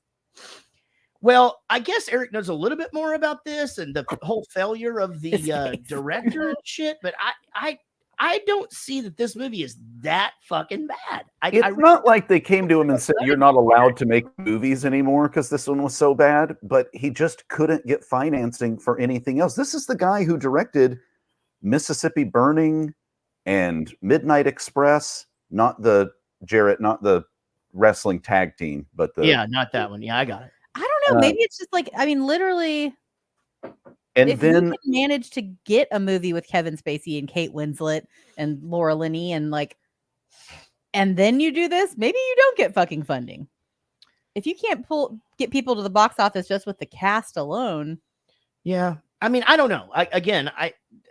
Look, I'm anxious to talk about the movie because I want to see what everybody else thought was so bad, I guess. But there wasn't a point in the movie ever where I was going, this is fucking terrible. I wish this was done. Yeah, not once. And it's 2 hours and 10 minutes. And I watched the thing. I didn't know. I mean, I guess I did know about the Rotten Tomatoes, but I'd forgotten about it. But Casey told me about it the other day. I said it'll be interesting because it's so inconsistent. Because we don't have to talk about the what people hated, because no, I don't think anybody hated it. I didn't think it was a bad movie. You didn't. If I was doing the Rotten Tomatoes, I would give it the thumbs up, not the thumbs down. Yeah. I think the execution was a little heavy-handed, and Right. Yeah. of the idea of the movie is a great one. I just think it had And they really did try to inject a lot of politics into it. This is so good. God. It had the subtlety of the electric chair. You know, it was just I felt like an electricity throughout the body of the movie. It did. It's like it's. I mean, I guess I'll hang around. I It really took my do get breath that. away. I mean, it was. It had. And he did get into the Jesus and thing. It had like the Last Supper vibes. And all of that. And I mean, I would say that. Well, I'll be hanging around here, curious to see what you guys. It didn't put me to sleep. Yeah. No, I mean. Yeah, that's just it, right? I mean, you didn't have to strap me in to watch this thing.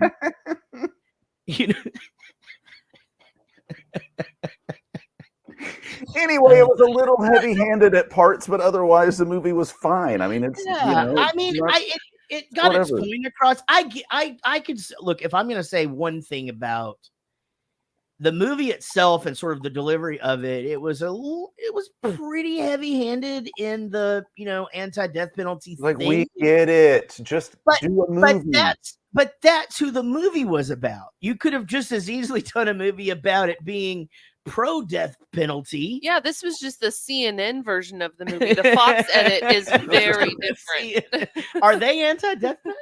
No. I don't know. I turned off all of my news. I just picked 2 news sources. I think Democrats like to kill people, right? We like in Texas. No, I think progressives are a little more anti, conservatives are a little more pro. Yeah, Republicans, you can't kill like cells in a human body, but you can kill a human. Yeah, I believe in the death penalty, but I will say that I just because I listen to so much true crime, I don't understand why we can't do the DNA tests on everybody before we fucking kill them, even if it means keeping them alive for a little. Well, some of them it's not available. If it's not available, then fuck them.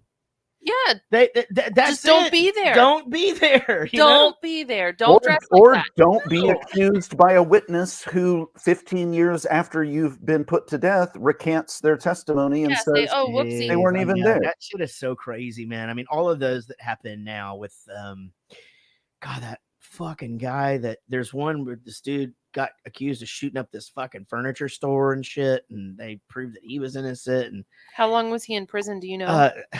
30 something years or something crazy. Like there's dudes that get out in their 60s and they went out when they were 19. My professor at UNT, one of my professors, the forensic guy, he is one of the lead guys in the Innocence Project. Cool. Because he does a whole lot of nonprofit work out of UNT itself. Like he uses his lab at UNT for just statewide projects. Yeah. Well, you got to do research, right? So but this is for the state. It's not for the university. Got it. So I don't know if the state gives the university money for that in some way. I don't know, but it's really interesting. Yeah, I don't know. I mean, it's a slippery slope. A couple of things in this movie. Obviously the death penalty. There's rape as well. But we're going to talk about it. It's going to be great. Is there? No, not really. Right. There is no rape. No, you're right. No rape actually happens in the movie. Nope. Yeah, it was the only thing I didn't like. A whole bunch like of framing. Film. It wasn't a real rape. Now, Eric, had you seen this movie before? I don't think I'd heard of it. And in fact, when she said The Life of David Gale, I thought that we were going to watch The Odd Life of Timothy Green. Okay. Oh, that's supposed to be good. That? Yeah, I have no idea. He's It's a a little plant boy, Disney right? movie, and his legs are covered in leaves, you He's a little guys. plant boy. It's supposed And to be. when the last leaf falls off, he has to go away forever. Oh, he did. Oh, then he that's can't it, come to my right? house Yeah. because those leaves would go quick. Yeah. He can't like photosynthesize or some shit. Yeah. I That's the guess problem. not. But anyway, no, I'd never seen In a this. greenhouse, like Yeah, like Yeah, it's not hard. go south for He's- the winter. I don't it's understand. not like he's Frosty the Snowman. Jesus Apparently, Christ. that kind of is Frosty the Snowman situation. Yeah, but you know what happened? They stuck him in a greenhouse. He was fucked. It's fucking puddle down there. And then Santa came in, just opened the door, and he fucking flew out. That was it. Everything's fine. What movie are you talking about? Frosty the Snowman. They put him in a greenhouse. Yeah, he locks him in a greenhouse The life because of he's Frosty the trying Snowman. to get his hat because it's an actual magic hat. Oh, that's like the second one. No. This is the OG Frosty the Snowman. Happy birthday! Yeah, they made two of those. I thought. Yeah, but this is the OG. Happy birthday, Davy. Oh, sorry, buddy. Wrong. I'm sure you probably weren't allowed to watch secular Christmas movies. I'm Mhm. sorry. No, only ones where it was Jesus's birthday at Christmas. No, Idiot. they didn't like Not- it because Jesus not and Santa Santa? have the same birthdays. Yeah. A lot of people get pissed when people start to point out that they were twins, and I don't have a problem with it. I Actually, just feel bad for Santa, Yeah, well, and Mary's vagina. I'll tell you that much. Boom. All right, Eric, you hadn't seen this before. Over to Eric. Pre-synopsis. A new to the force cop investigates a series of shocking crimes. But can she figure out the pattern before he strikes again? Before it's too late. He went with a female cop. Okay, because that's what was on the cover. What was it? A picture of what's her face? Yeah, and him in like a car. Mm. But in my mind, as I was writing that, I also thought like these killers that leave like a calling card, they'll leave like Sure. a Like the whatever. Wet Bandits. Now, did they ever actually turn the sink on? The Wet Bandits? Yeah, Oh, they she's did. back to I'm just- Mandela yeah, effect. I'm just Oh, kidding. I was like, yeah, for sure. Oh, we yeah. just Yeah. watched that. Yeah, we just saw that. So then I was like, well, maybe he like claims to be like sends letters to the newspaper. I thought a lot about this pre-synopsis that didn't make it into the final pre-synopsis, but like he's sending letters like, I'm David Gale and I'm committing these crimes, and she's got to figure out like who David Gale is, and is David Gale even a real person It's kind of before it's too late. Right. I bet that one would have made more money in the box office. probably. I mean, the way I'm describing it, it kind of sounds awesome, Yeah. but Yeah, it go also make that. sounds like the movie Seven, doesn't it? Yep. Mm. Okay. Yeah, you're right. He was Yeah, in that one you're too. right. Okay. Over to Eric for his synopsis. A man against capital punishment is accused of murdering a fellow activist and is sent to death row. Very good. I like it. I mean, although kind of the movie's about the journalist, I guess, as much. But yeah, I mean, I'll take that. What do they call her in this movie? Bitsy? Bitsy. Now, that was my grandmother's dog's name, and she was a little chihuahua, and she was meaner than shit. She sounds like a dick. Yeah, she was She sounds a hideous. dick.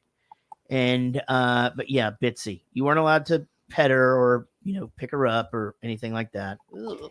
And then she had a cat named Coco, same rules. Couldn't pet it or, or touch it ever. And, then a cat that lived outside named Bandit. And yeah. Oh, yeah. We have one that lives next door named Bandit. My pawpaw had 2 chihuahuas, Keisha and Mojo. And then the cat's name was Zucchini. Nice. Did Mojo and what was the other one's name? Keisha. And Keisha, did they used to do the Chihuahua dance? What is that? Is that a sexual? I guess so. I don't know. I just thought. Were you stoked when you were a kid and Yo Quiero Taco Bell came out? You were just like, hey, my parents, or my papa has one of those. I mean, I don't know about stoked. I mean, I guess I saw. Yeah, I mean, I guess I saw the connection that my that dog existed more than just at his. Yeah, but no, I don't know. I doubt it. I don't get stoked about a lot, No, at all. I'm pretty, I mean, Man, whatever, I get dude. They give me an extra Chick-fil-A sauce when I go there. Fuck yeah. It's Just the get into little the things. movie, All right, we can do that. Here we go. The deal was Bitsy would get the interview if the stay was refused. He'll talk to her for 2 hours a day, Tuesday, Wednesday, and Thursday. Can't do Friday. No, because Friday's the day they execute him. Only Bitsy means only Bitsy. I don't get to make the rules, Joe. Please, I'm a fat black woman. Tell him What we need is to put her on a plane to Texas. Why do you get like that around legal? Hold on, Joe. We're coming over. So what's this only Bitsy means only Bitsy stuff? They ask for you and no substitutes. Who's they exactly? Gale's lawyer. More exactly, Gale's lawyer. Some good old boy in Austin. Why do they want me?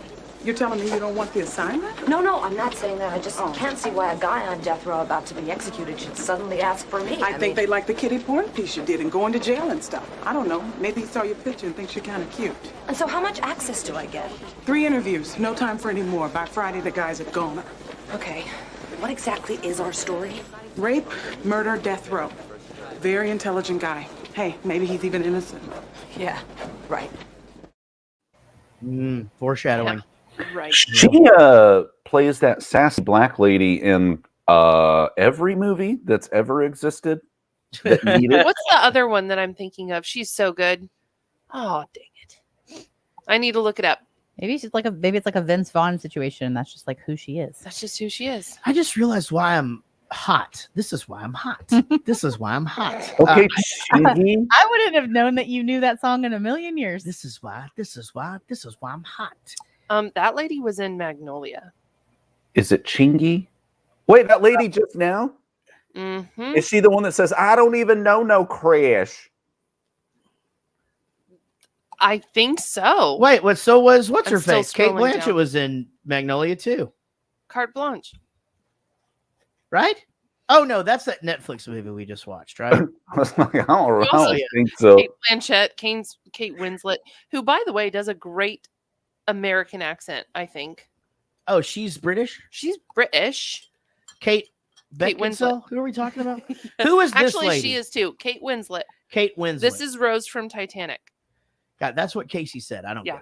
get it. I can't put those two together. Now, It's the same person. this movie kind of starts with the whole running from the car thing, and you like, okay, they're gonna come back to that. And you're thinking, oh shit, it's gonna be all Pulp Fiction-y. I'm gonna have to really pay attention, And quite frankly, it wasn't like that. You could tell that the story was catching up to that the whole time. It does go back and forth, but Yeah, not it too does. bad. Well, not in her timeline, it doesn't. Oh, sure. Yeah, in his it it's, does. anytime he's telling her the story from prison, again, I'm really surprised that more people don't like this. It's just not bad. I actually really enjoyed it. I mean, Roger Ebert gave it 5 stars and just like eviscerated the cast and director for just even thinking that a movie like this would be a good idea, let alone making it. He said at the end he wished that he could throw something at the director and all the main actors. Yeah. Like at the end of the last scene, he was so angry with it, he just wished that he could throw something at Ebert them. did? Yeah. Interesting. Because they made their point? I don't know. I just read that in the trivia, but it was very short. Interesting. Eric, did you read any more about that? No, I read what you read. Right. Well, good thing we don't do the trivia battles anymore. You guys. Our level of research on the show consists of going to IMDb, clicking on the trivia tab, scrolling through that. Oh, no shit. That's somebody's cousin that was in. Yeah. And then sometimes I'll even Google a little bit further if it's super interesting. Well, I don't do any of that shit anymore. You don't have to because you're the brains and the talent operation. We need to support you in all that you do. I've got the brains. You've got the brawn. Let's make lots of money. Go back to singing that Chingy song again. This is why I'm hot. This is why I'm hot. This is why I'm hot. I'm hot because I'm flat. You ain't because you not. Yeah, that's right. That's not Chingy, is it? I have no idea. Chingy is everybody in the club get tipsy. Oh, okay. This is Mims. Mims. Oh, Mims. This is why I'm hot. This is why I'm hot. This is God, your level of like borderline C-list rap knowledge is crazy. Me? Yes. Well, I'll tell you, I can actually tell you why. Because I used to play shows with all these fuckers. Like, this is when all those songs were when Girl the Bad Guys Want in 1985 were hits. And I'd like to see that crowd. It's just radio kids, like it was just, you went to, man, most everybody in the crowd is they won tickets. It's good times. Okay. I feel like I would be the only person in that crowd these days. So one time radio concert. One time I said I went out on stage and so I had gone off. I was leaving the stage from sound check and Chingy was standing there and I was like, "Hey man," and he's like, "Hey," and we did the one arm hug thing, And so I assumed he was behind. He was coming after us, right? Because that's when he was sound checking. Oh, okay. And so I said, kind of next, Chingy. Are you guys ready for that? And that's not who was coming up next. It was Mario was coming up next. Uh-oh. And everybody Man, how was Mario Lopez's voice? Was it good? Was it pretty good? Not as good as his dance moves. Yeah. What is Mario?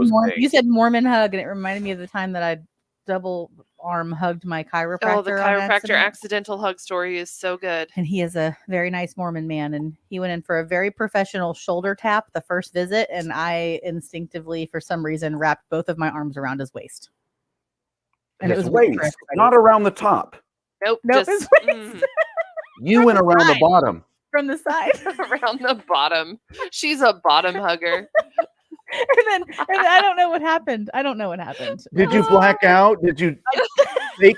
I literally got in my car and laughed until I cried, and then I posted it on Facebook. I would have faked a heart attack and like I was falling. Oh, dude, the lady that worked the front desk saw the whole thing and just it was just. Do you think she was like, "I'm not going to tell"? He literally, it looked like he was going to hug. I don't know what happened. My clients hugged me, and he just went around for a nice to meet you, and I just latched on. I know, but I think in a situation like that, you probably shouldn't be, but maybe at least just go towards the top. He was up. I can't go up if he goes up. Right, he was already up. You don't have to. Yeah, but if he goes up, you could still be this level. Okay, I'm really happy that we're talking about hugs. It was double arms around his waist. It was more intimate than I hug my husband. This is going to get into my question. It was very weird for everybody. Derek and I had a conversation about hugs recently. Uh-huh. And it was from a Curb Your Enthusiasm episode. And it was about an ass out hug. Yeah. And I've never thought twice about it. I don't think I stick my butt out, but apparently men make an effort to stick their butt out so they don't touch you with the front parts. Yeah, They if give it's, you especially a if it's somebody you hug. don't know well. Yeah, it's like a. Well, usually if it's somebody I don't know well, I go for like a side hug. But if it's Jarrett or Eric or somebody that Jarrett I know likes to well, like lunge forward from the bottom. so do you put your ass out? No, I put my TT in. Okay, good. See, that's why I It's a never fucked thought up twice about it pokey because situation. Yeah. it just seems like I've never thought about it before. But Derek was like, "Oh, I 100% put my ass out when I go in to hug somebody, even if I know them well." Eric, do Yeah. you do the same thing? Yeah. I've Yeah. never thought about it. I don't, but I don't have anything to poke with, I guess. I don't know. I think I've only side hugged your husband, so I don't don't think any woman would feel it if I did come in and like not move my ass back. I mean, No, I don't.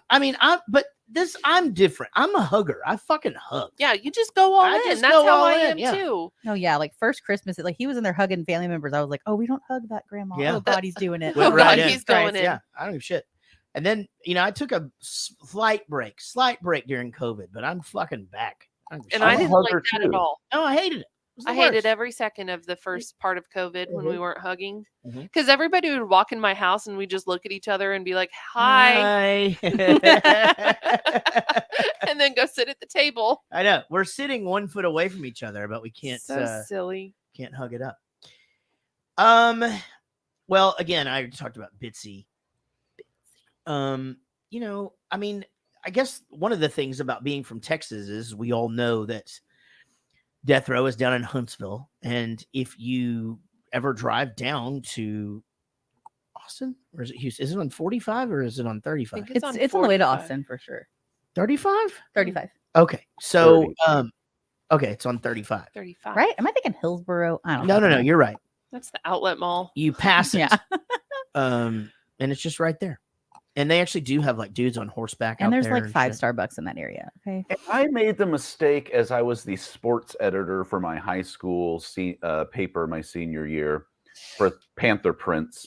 And we had a young man named Jonathan Braddock who got a scholarship to play football at whatever university is in Huntsville, Sam Houston State. Oh yeah, that makes Inmates. sense. Yeah, that Sam Houston's from there. That's where the big statue is. I think they took that down. That fucker is terrifying. At night. So Oh. the headline I wrote to commemorate this event was Braddock headed to Huntsville. That's fantastic. Not realizing that the prison was there time. And I thought we did executions really early in the morning so that the press isn't like, so it's not like a whole thing.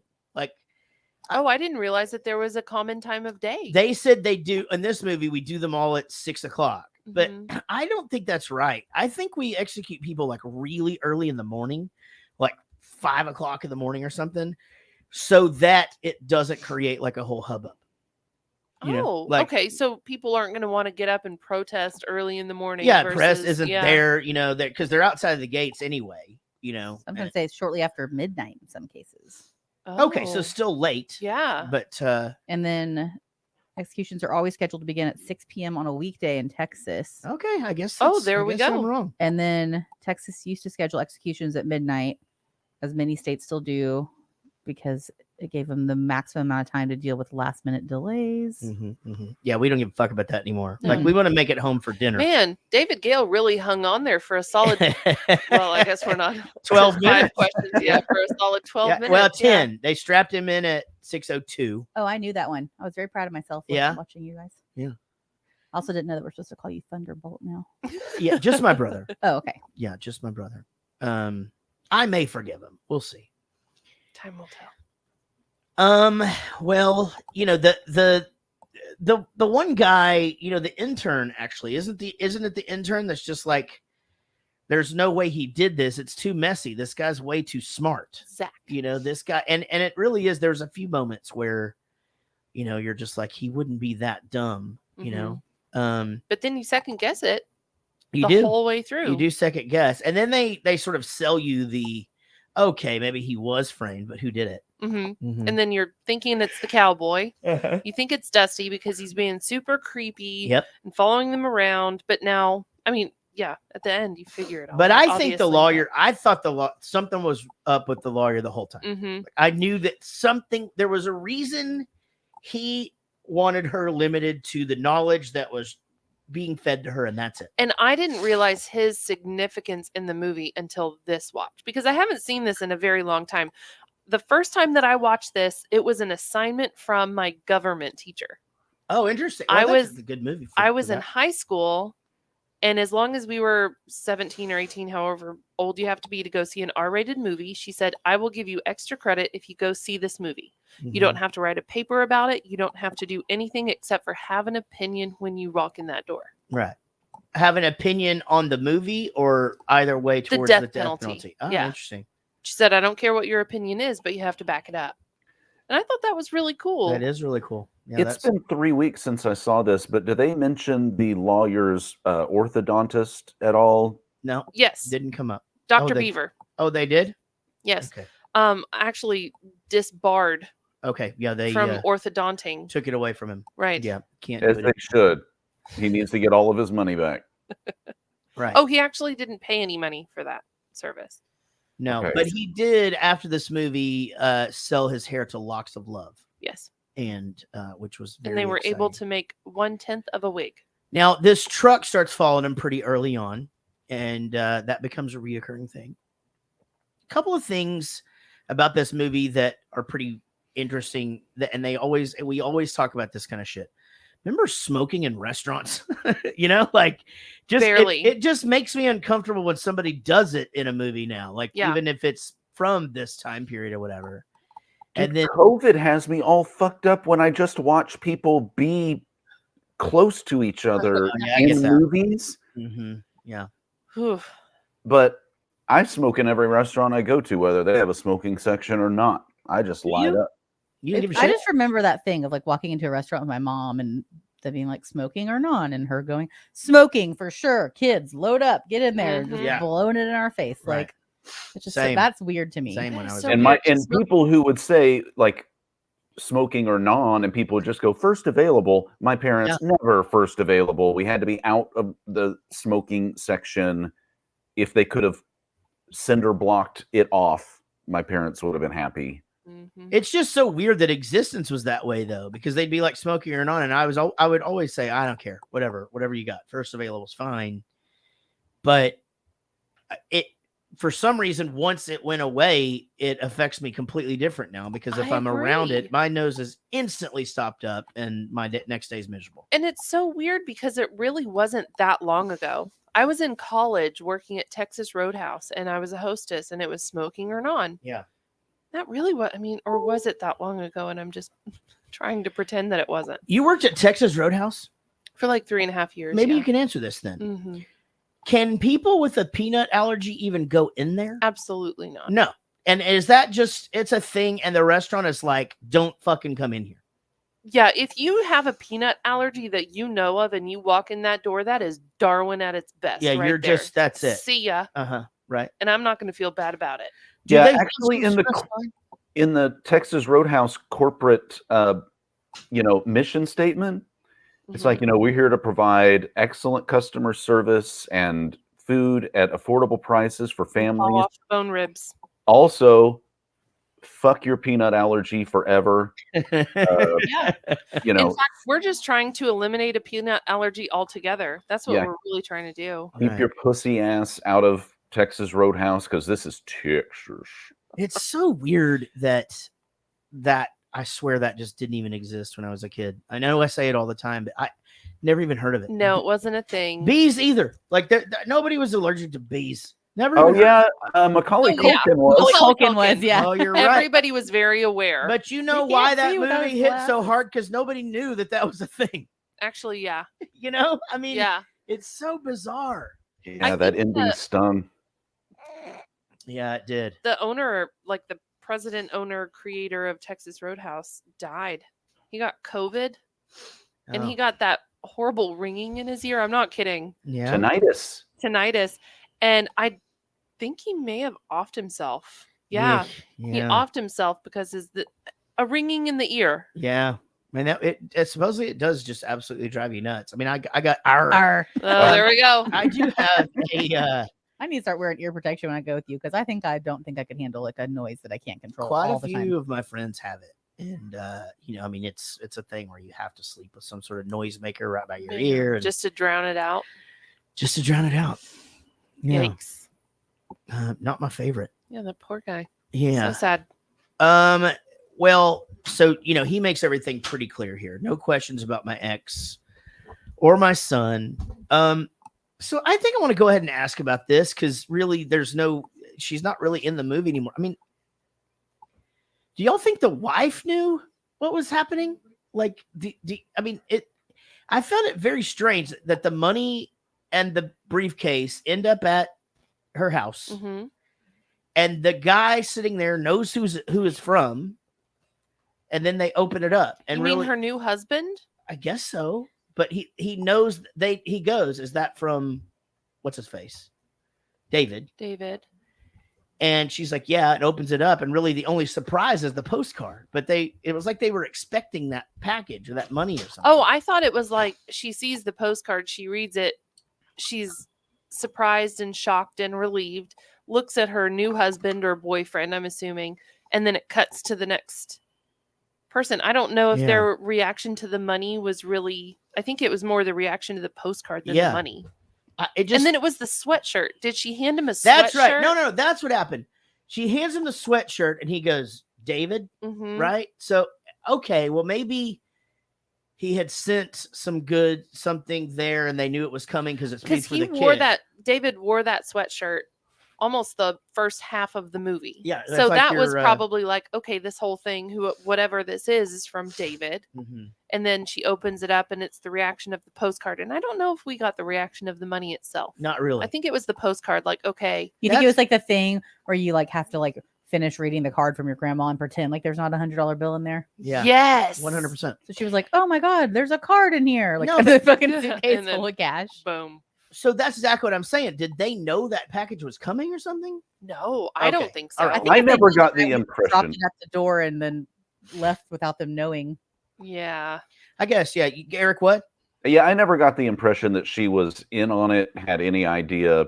I think she really legit thought he went after a co-ed and killed someone. And that's when she hauled ass. Berlin. This fucking Berlin.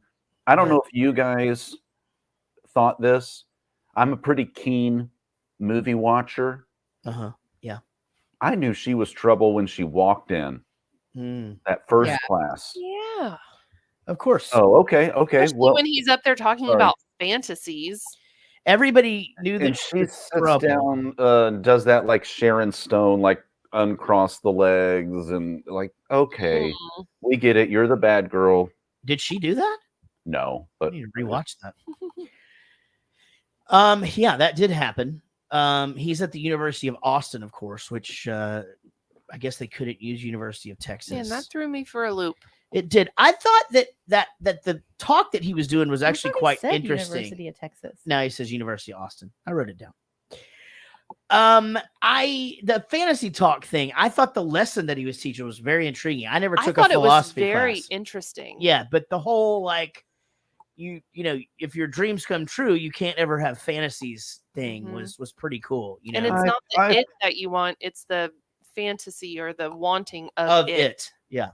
I don't know. I found his whole soliloquy to be rather elementary in nature, esoteric even.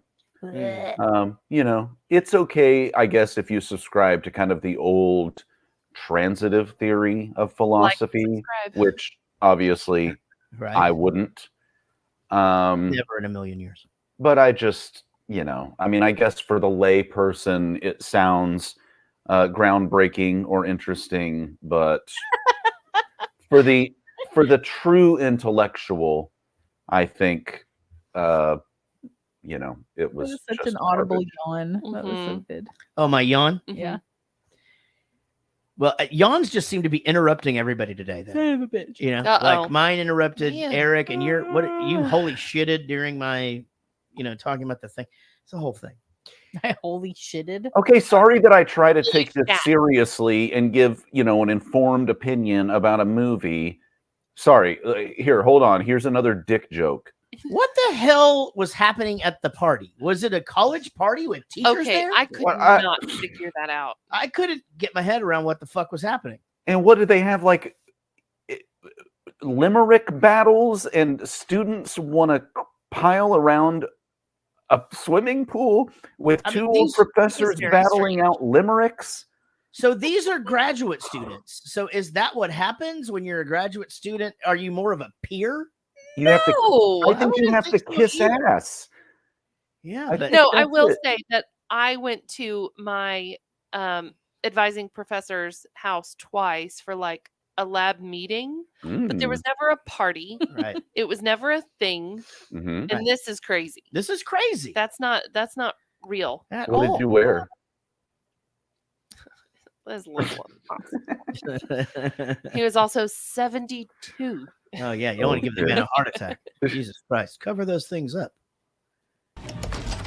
I'm not a student anymore. I do not think I want to know what that means. There once was a girl named Berlin who liked a bit now and again. Not now and again, but now and again and again. Cute, huh? Oh, yeah, very cute. I have a secret, but I have to come over there to tell you. Oh, no. You, Here? no, you stay back. Come. Woman, you should stay over. I wasn't after the grade. Look, I don't think this is such a... Now we can talk, analyze, contemplate, or you can put your mouth on my body. Don't reject me. Please. This girl also English, by the way. Yeah, which explains why her accent is one of the worst things I've ever heard put to film in the history of the cinematic arts. Okay, you didn't like that. You obviously No. didn't like her. I didn't accent. notice it, to be honest. I mean, Well, I know that she's not American, but That little I was- limerick she tries to. Berlin. ahead. I was constantly looking up where people were from this whole movie. I was just like, this fella feels offensive. Like, Yeah. as an American, yeah, as an American Texan. It's funny. Everybody knew this student, though. Everybody knew Berlin. I mean, she was obviously trouble from the get go. What Because a even whore. when he's sitting down with what's her name? Constance. Constance. Constance. I almost said Constantine. Remember that dude? Played a couple shows with that guy too. Oh, the American Idol guy. Yeah, Constance. He's sitting there, Oh. and he just goes, "I made a big mistake," and she goes, "I hope you used a condom," and he just goes, "It was Berlin," and she was obviously pissed Mhm. because she obviously had some sort of feelings for him from the get go. And I don't know if I got that vibe, honestly. did you not? I No. totally thought it the whole time. I thought she he had like something. more of a thing for her than she did for him. I thought she had a thing for him until kind of the end when she spilled the beans and said, "Oh, well, I don't want the pity lay or whatever." Yeah. Well, they obviously went in there and fucked because his Mhm. semen was Yeah, inside the her. most god awful looking sex scene of my Oh. life like I've ever seen. Like it was awful. Oh, like I that's couldn't right. It was so imagine. sad. I fucking You just created a good one in your head. no. That's I not what happened. full on blanked that out of my head. Because I it was get so that. bad. I was literally sitting there going, "Oh my god!" Like how? No, keep going. Maybe that's the 19%. Talk to me. Maybe that's the 19%ers. For those of you who watch Peaky Blinders, Casey goes, "The guy from Peaky Blinders would love this," because there's this real creepy officer in Peaky Blinders who fucking rapes chicks and asks them to wants them to cry, and they try not to, and it's this whole goddamn thing, man. But It's great. Oh, yeah. Yeah. Why does everyone love this show so much? Thrilling. Well, it's just not like they're just raping all the time. I don't know. Just Anyway, rape far all as day the long. school goes, even from the classroom, even if he was like being a smartass and going like, you know what you can do is study, This it was dick. still completely inappropriate the way he like got close and like all up in kind her of bubble. teased her. Like that was weird. He should But be again, like, fucking Berlin, get the fuck out of here. Study if you want the grade. You sort of feel like though that they had all been spending this time together at these Right, and parties have and that all that friendship anyway. type of a feel. But I don't know. As I would be, if I don't know, I'm not a dude, so I think it's different. But if somebody were doing that to me and I was the professor, I would maybe egg it on just a little bit just to put that embarrassment there at the end. Like, you're fucking stupid. Don't do it again. That's a bad idea. Go away. 100% I would have do done the that. same thing. I would do it. 100%. Well, what do you tell me what you mean? But no, I mean, but specifically, what are some things that you would do? What? To get this grade, what are some things you would do? Is what I'm saying is exactly what you just said. Yeah. Egg it on a little bit. Yeah. Right? Yeah. Absolutely. Yeah. And then at the end, shut them down, make them feel like a complete idiot. Exactly. 100%. Or bang them. One or the other. Either way, it's gonna be great. Shut them down and then bang open up a shop. Oh no, that's rape. Okay, you're if right. they're not conscious, oh damn it, you can't shut them down. Well, he goes on that the news show or whatever where he's doing this debate with the governor, and I really didn't write it all down, but I thought it was awesome. I love how he does this quote, and the guy is just like, well, I don't think that. And he goes, well, this is what you said. That's a quote from you. Then he does the other thing. He goes, did I say that too? Nope. And then what about this one? Do you believe in this? And he goes, yes, I believe I do. Well, that was Hitler. Mm-hmm. And, Really it was brilliant. Until the guy goes, all right, well, just tell me one guy. I'll stop the death penalty right now. Tell me one person that's innocent.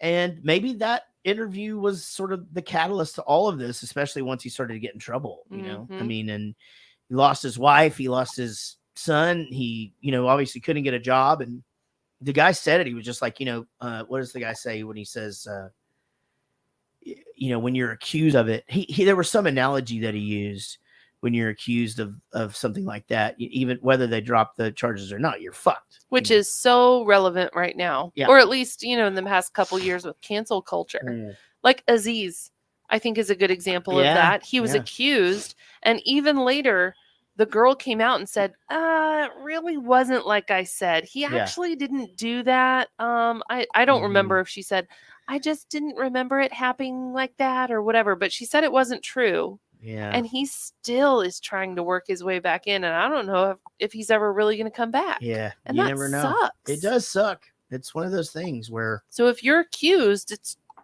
mostly just as bad as being guilty. It's one of those things where Casey and I talk about this all the time. I mean, we have to teach our children how just important it is not to be in those situations. Yeah. Don't even. Put yourself there. You always have to think about the worst case scenario, which is really sad. Yeah. Which is the same for women as well. We're already taught that our entire lives. But now we have to teach our there boys has to be accountability. Well, there should be accountability both ways too. And if people would teach, I think, young men these things, then they wouldn't maybe grow up to be fucking creepy entitled rapists. So assholes. While cancel culture is like fucking some people over, I mean, I think it's holding some people accountable. And when it comes to like sexual assault, I mean, specifically, I think that there's always been like you can go to the who it's hearsay, right? It's like he said, she said, and there's nothing you can do about it. Now I feel like some people that are guilty are getting their lives fucking destroyed, even if like the law won't do it, Yeah, for sure. It's just a slippery And slope. this was the scene where the eye for an eye comment happens, right? Right. Yeah. Okay, so I have a thought about this. An eye for an eye leaves the whole world blind, is the saying, correct? So first it's eye for an eye, tooth for a tooth. And then, but then Gandhi says basically that this theory of eye for an eye leaves the whole world blind, right? But that's not true if you don't do anything wrong. I think what he's saying is that you have to stop the pattern. So if everything in life is an eye for an eye, tooth for tooth, if you're back at the Old West, if you're in the LA gangs and every single thing must be followed, every action deserves the same reaction or whatever. Like you kill one of us, we kill one of you. And where does that stop? And I guess that's the way that I 100% agree. I was going to jump in and interrupt then you because both I knew gangs- you weren't going to explain it correctly, but you did. But then both gangs just get rid of each other, and then we all move out along. You would think, but that's not what happens. They continue to grow, and anger, seeps into their families, and then their families are involved in it, And you're just saying that it grows and grows and grows, and there's never an end. never an end to it. The only way to put an end to, I guess that's what he's saying is, Yeah. or at least hinting at, the way that you do that is just stop. And then my naive brain is like, well, then just don't do things wrong. Yeah. And you won't get your eye taken out. Right. But I mean, it's, but I mean, I like to that's sort of what it oversimplify is. things. No, I so... get that. I get that. I mean, but I definitely, it's almost as easy as like having an argument with somebody, when they, again, this is really, really dumbing it down, but if somebody says something that hurts your feelings, the first instinct is to say something that hurts their feelings. Oh, right? no, mine is just, I just walk the fuck away. And the strongest thing, if your feelings are hurt. Yeah. That's maybe that's what they teach you to do. Yeah. Just turn and walk away. Good for you. Yeah. Because I do the thing that Jared said. You say something more hurtful and it keeps going and it doesn't make everything better. Oh, okay. Okay. Yeah, I try to think of the last relative of theirs that I know died and then bring that up into conversation. That's what my mom does to people on the internet. Yeah, your whole family wishes that it was you, not your uncle who just passed away. Right. Yeah, somebody made a mean comment about Jared on the internet, and my mom went on their Facebook. This is just not that long ago. Went on their Facebook page because she's sensitive and protective of the people she loves. And she went down and she saw that this guy's mother had just died, like literally within like the last couple of weeks, and just went on there and she put, "I bet your mother would be very proud right now." And it was like, just the best. Yeah, that's good. been a while ago. That's been the last year. No. It's been a while because it's been like since. Was it before or after COVID? Because that's 2 Is years before. During COVID. I didn't know about that. She's one talked then. shit to plenty of people on the internet. Right. It's been a long time since someone has said something about my weight and not already be shut down by fans. So but I remember when she did it one time, but it's been a long time ago. But if she did it again, fuck them. Yeah, I don't give a shit. Maybe she did. And you know what? Don't fuck with me. My mother-in-law will come at you. She will. Yeah, she taught me the best way to handle people when they say mean things to you. And I tried to pass this on to Emma. It's one of my favorite conversations of all time.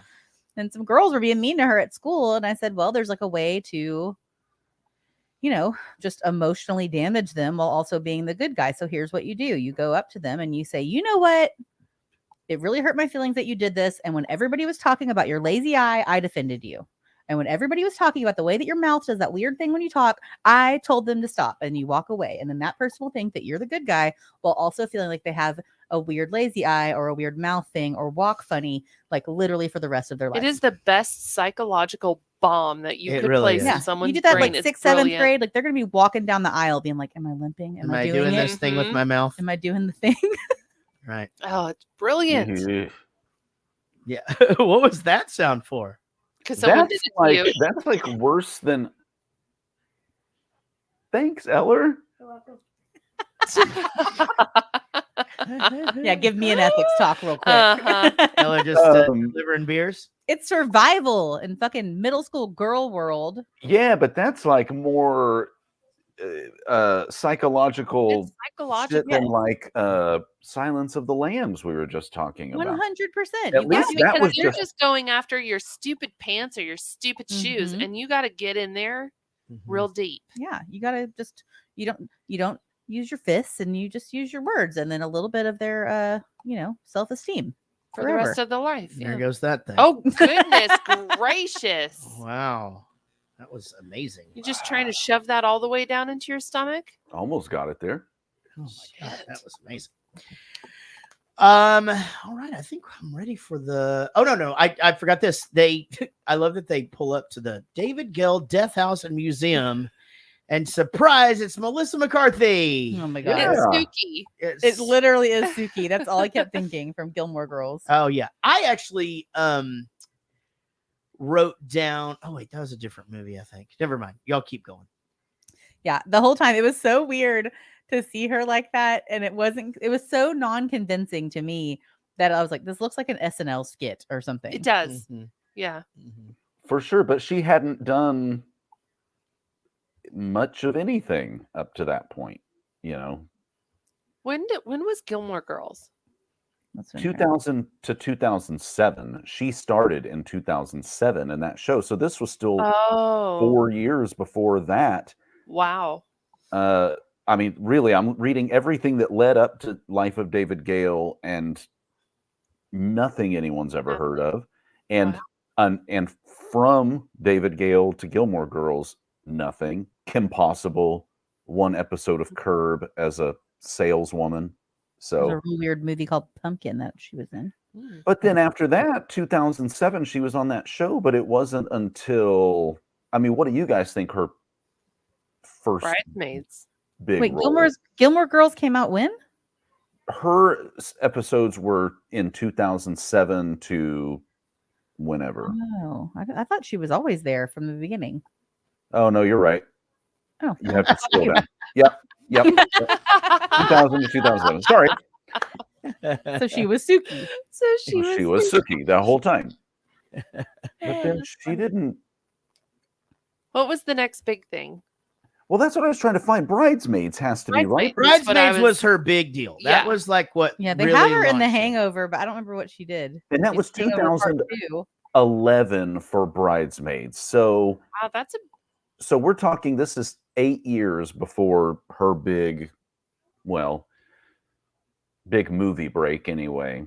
Yeah. And but she does have some funny lines in it, and the whole deal of, you know, where she's going to get naked and all that stuff. But yes, as a goth lover of murder horror things, yeah, not quite believable. Maybe that's because we know her now as the zany, crazy person. Yeah.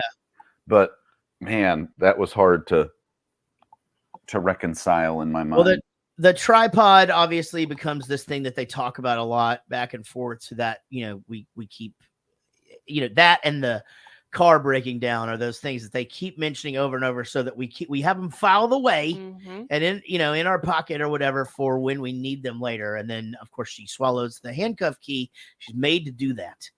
And we'll find out why a little bit later. Here's this thing though. Off the record. Okay. We're off. Costas was murdered by what's known as the Securitat method. You're handcuffed, forced to swallow the key, your mouth is taped, and a bag is sealed around your head, and you're left there to suffocate. The Securitat did it to Romanians when they wouldn't inform or confess. Sometimes the bag was ripped off your head at the last moment to give you a second chance. Otherwise, you died knowing that the key to your freedom was inside of you the entire time. It's a cheap but effective method. Problem is, I once mentioned it in an article that I wrote.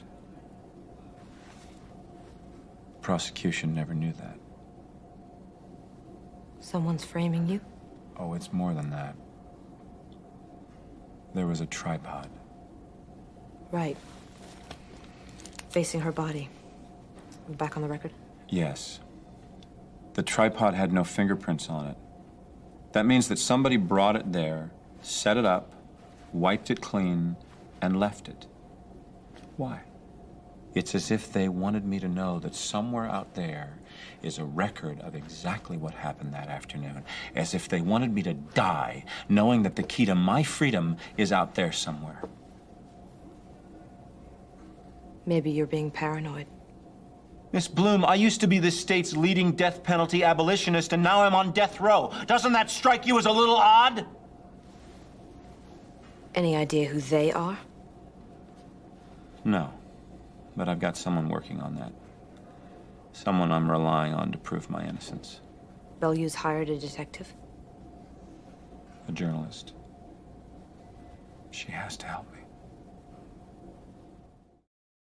Now, important to note here, the speaking of the Securitat method, we will be doing Napoleon Dynamite coming up. Tater tot casserole. And he will Securitat in his pockets and offer that. You know, until the second time you said Securitat, I didn't get it. What?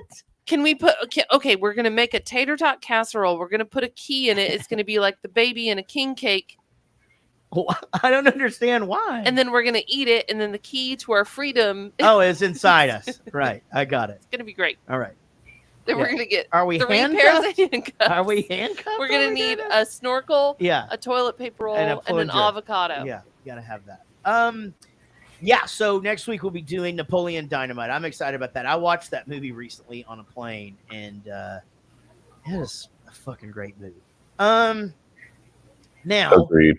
getting back to this movie that we're talking about, Which is also great in a different way. in a different way, you know, so here his wife's leaving him, and he's like, trial separations don't work, and she's like, hey, I sent you an email. Ugh. So I know, but I mean, you know, I feel like breaking up with somebody over text is fine, but asking somebody for a divorce over email, I don't know if I really. No, I don't. I'm all about non-confrontation, you know. Yeah, for sure. But who knows? I feel like she's just trying to get a clean break with the kid and not have to deal with him. Yeah, I agree. Yeah. Well, she does say she wants a divorce. There's going to be custody issues. Oh, we got here. Sorry. There's going to be custody issues, and she's selling the house. I mean, which is. What do you mean she's selling the So house? That's what I wrote was this down. confused about. Why do dudes why would a guy, and why is this always this thing in movies, and why is even in real life sometimes, why do dudes who are professional guys end up staying in the shittiest hotels when they're separated from their wife? I don't understand this at all. Because fuck it. He was making money just fine. And it's not like 100%. he got accused of this, and yes, his life, but it's not like this guy didn't have money sitting there too. Right. Yeah. And, you know, his problems are going to be the alcohol or whatever, but Alcohol's not that expensive. Wasn't money. I mean, that house is fucking crazy. Yeah, he's fine. He should have been fine. But I mean, that's just it. It's like, and can one person of the marriage sell the house? I just, how does that you work? wonder. I mean, I guess they would have had to give us more insight. I mean, Right. I think well, I mean, the court can make you, if you don't agree to sell it to, like, if you don't go, hey, he's going to take it and buy it from me or vice versa. Right. The court can make you sell it and then split the profit of that or the equity or whatever. But and they can never even still, he shouldn't end up in a shithole 100%. I agree. motel. Well, where are you gonna go with a fucking rape on your record and the Radisson, you know, or I don't know. La Quinta, you know. Yes. And it's next to Denny's. Yeah, he'd be always. fucking stoked. You ever heard of the Four Seasons? One, yes, They I love rapists there. Well, you can go No. camping. You can go camping and experience all of them at the same time. Oh my god. Yeah. And I don't- there's this. I don't know. I get the money thing. That's weird. I didn't understand that I'm selling the house because there clearly hasn't been a divorce yet. So there's been no Right. agreement because she just asked for it. But We're I her- do see the just getting the kid out of there. He's been accused of rape, and that's scary. And you could say Yeah. well, what if he's lying? Or what if she doesn't why didn't she believe him? Because he said that it Or- wasn't true. Then he'd have to be like, I didn't rape her. I just fucked my student last week. That's fine. or the she's age still old. I leaving would have his ass. never thought it was him. Yeah, exactly. No, you can't be like, I didn't rape her, I just fucked her. No, that's still grounds for divorce. She raped me. Yeah, I don't Yeah. know. Well, yeah, that's true. He clearly does have a drinking problem, leaving Yeah. the kid with the guy who has no self, she's whatever, fucking it's a touchy subject, obviously. Well, he's trying to call the wife in Spain, and he does the thing where he's like,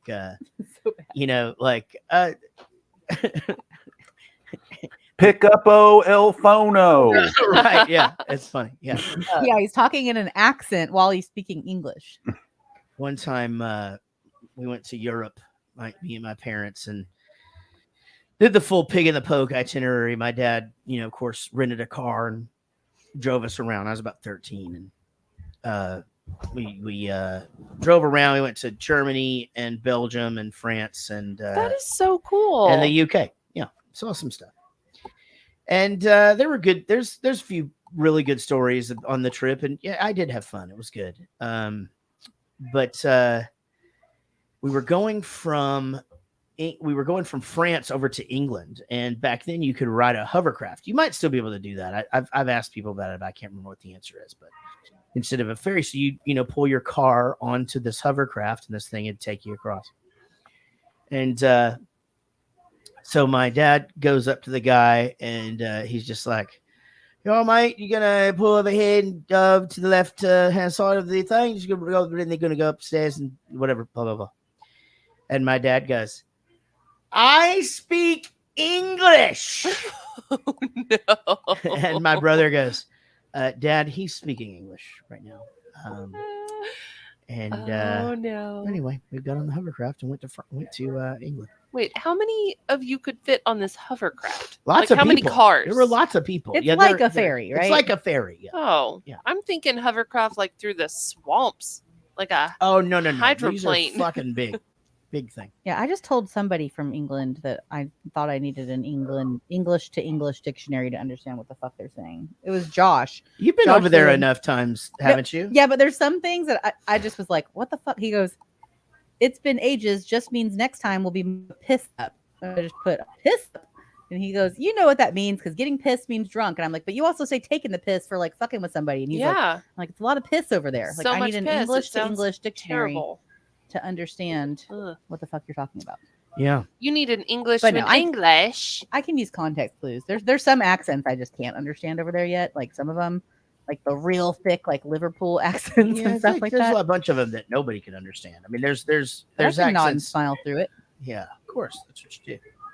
Nod and smile. Just smile and wave, fella. What is Smile it? and wave, boys. Smile and Just wave, smile boys. and wave. That's what it is. Yeah. It's the penguins. So good, man. Those dudes are so fucking fun. Eric, You know what we're talking oh about? God. Madagascar? Eric is trying. Yeah. Oh my God, I feel like that's your politician face. Oh, he's stuck. Oh, No. exactly. You okay? I'm Well, he's- smiling. He's doing this. He's doing these interviews, and of course, can't get a job. And the guy just goes, "I would hire you. It's not this. It's not that. It's just like it's not your alcohol problem. It'd be great to have someone who doesn't have a Prozac as a crutch. It's like everybody else is on the pills there. But yeah, I didn't even know this. I would have no way to know if this is factual or not. But where he's walking down the street, he's just like, Socrates was actually sentenced to death, and he's just like, "No, why don't you just fine me?" They're like, "Yeah, okay." So the judge's like, "What's the fine going to be?" $30. And he's just I yelling. mean, I would that in the imagine it's street. true. That scene was kind of weird for me too, because I'm like, okay, I get it. You're drunk, but like, who the fuck? So like, that's like psychosis. That's not just like a drunk guy. Like Right. that's like, Well, he's been through a lot of shit. Drunks are trying to, like, people that drunk on 6th Street are trying to find a place that will serve them more booze or and a slice of pizza, a taco truck or something. Yeah. Mm-hmm. And this man really is very intelligent. Mm-hmm. And so if you're that drunk, I mean, you just speak what you know. Yeah. Well, the other thing that's a little fucked up is she's divorcing him in Spanish. Or I'm sorry, God damn it. Whoopsie. El divorcio. I'll get el divorce. Yo quiero el divorcio, por favor. There's the chihuahua right there. I'm going to get a divorce from him. He rape and rape and rape.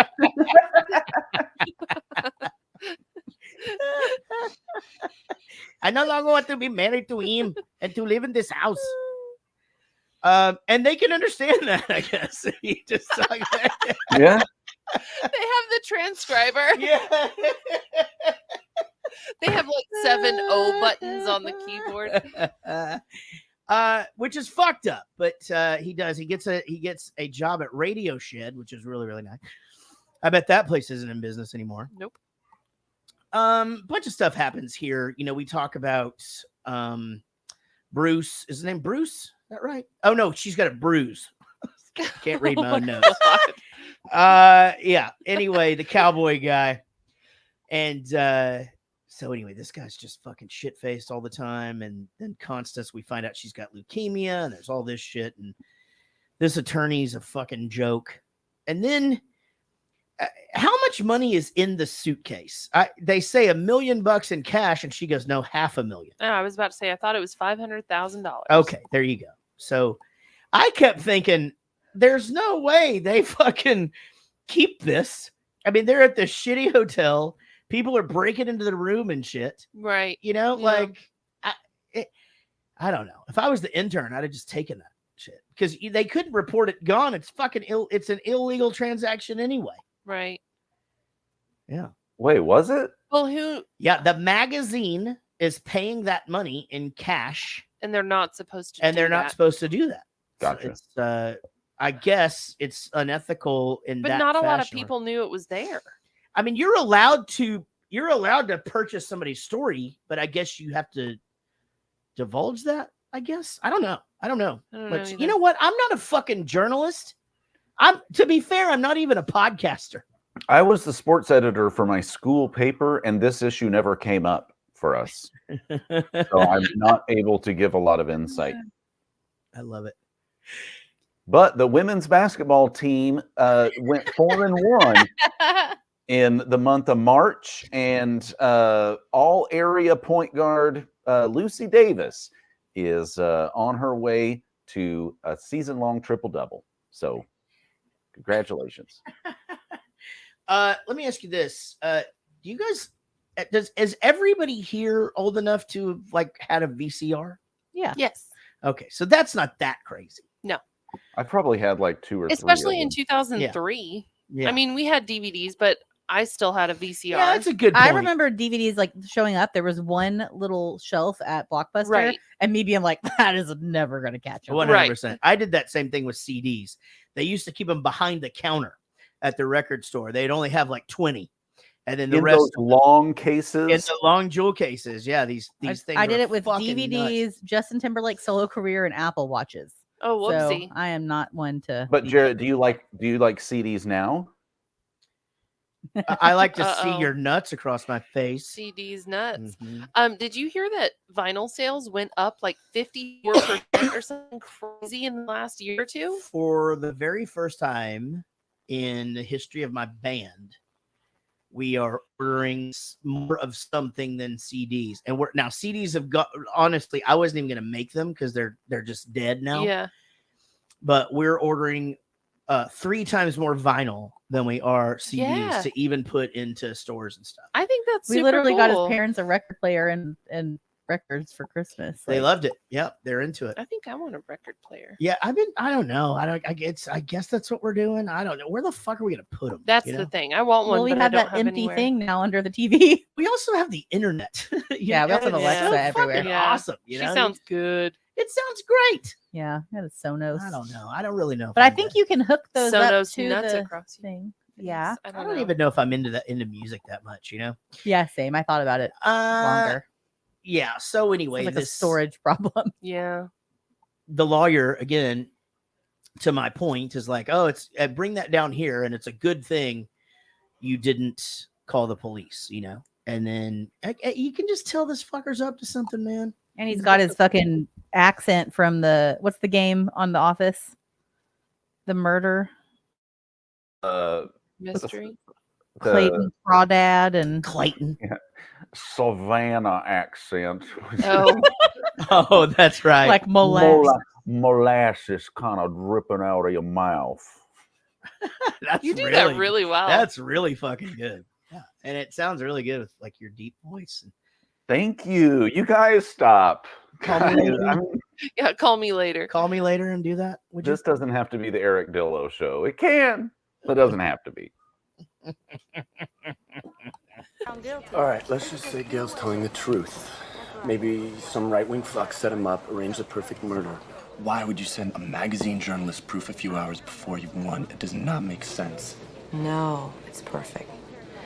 Whoever this is knows how hard it is to get a retrial in Texas. They know the magazine can't give this any substantial play before the execution. We'd have to give it to a daily or a network. That won't happen. But mostly, they know I'll tell Gale today. So? What if Constance's murder was just a means of getting at Gale? Not only to get rid of him, but to make abolitionists look crazy. Of course he sympathizes with murderers. He is one. They make sure he sits 6 years on death row for a brutal rape and murder, then they let him die.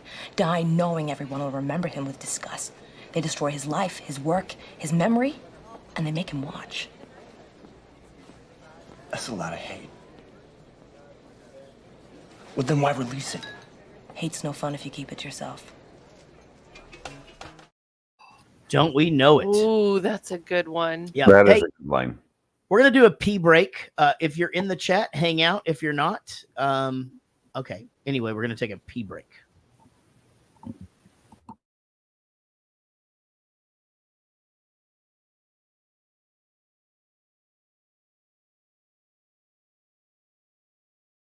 I used to be frightened by all the wine coolers I saw. I was scared I wouldn't pick the right one. Luckily, I did. It was the most refreshing one of them all, Sun Country Wine Cooler. You see, Sun Country is a blend of premium white wine and real fruit juice. That's what gives it its great taste.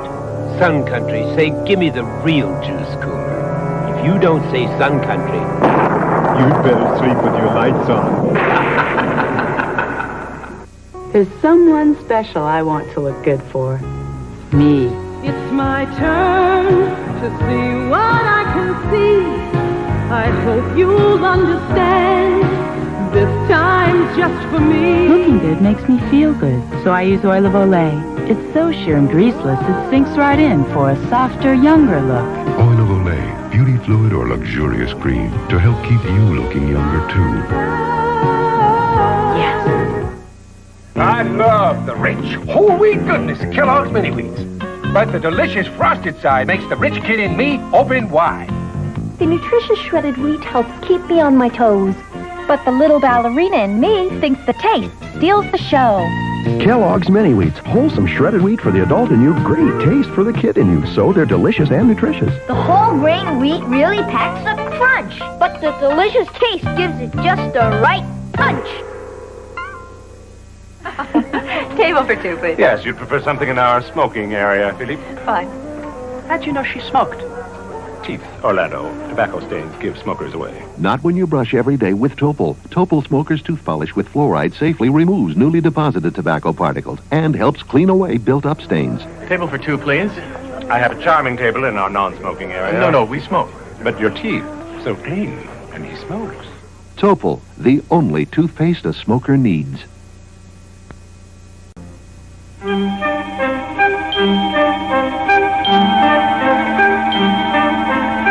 Like sands through the hourglass, so are the days of our lives.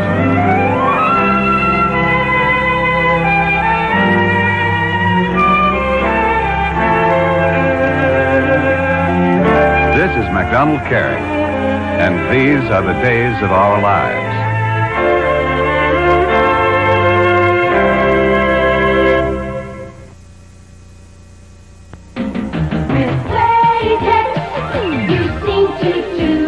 With double-layer design for dependable protection.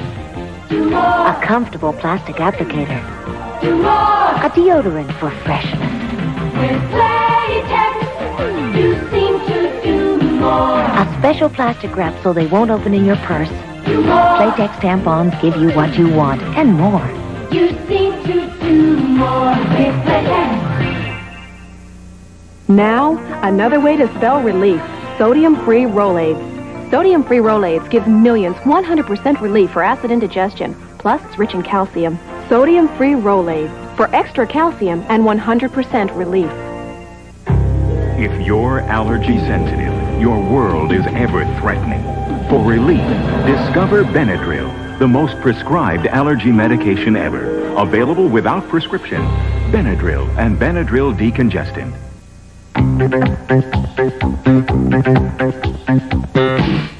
Feel it in the air. Elation. A brand new fragrance from Impulse. Excitement everywhere. Elation. Elation. If a man you've never met before suddenly gives you flowers, that's Elation, the exciting new fragrance from Impulse. Elation. Thursday, it's Cosby starting off a night of family fun.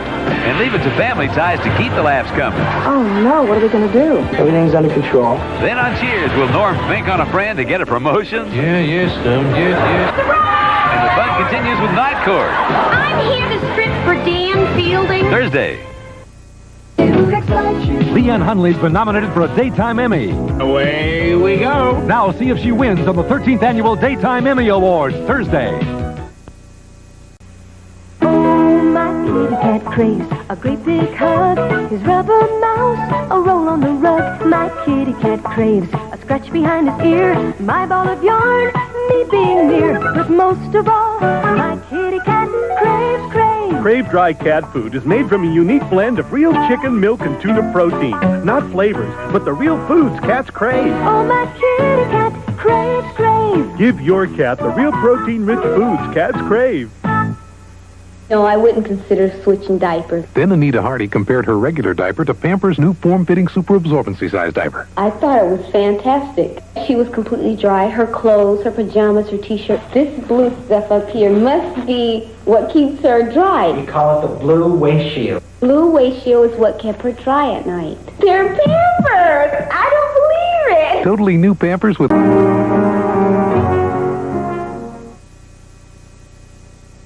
Oh, what a meal, oh, Hamburger Helper Lasagna. for your family. Authentic Italian taste. Hearty robusto, but not too spicy, eh? Hamburger Helper Lasagna turns your plain hamburger into a delicious Italian meal with authentic Italian taste. Curly Italian noodles, rich tomato sauce, and a better blend of spices. Hamburger helper, lasagna. Helper, hamburger helper. Make a great meal, oh.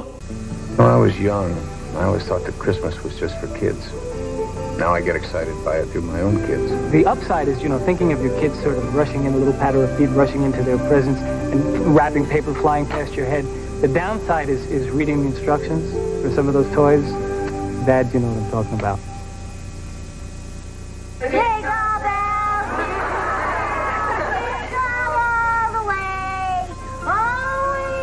Monday, right after Major Dad. Merry Christmas, everybody. In an episode unseen for 33 years.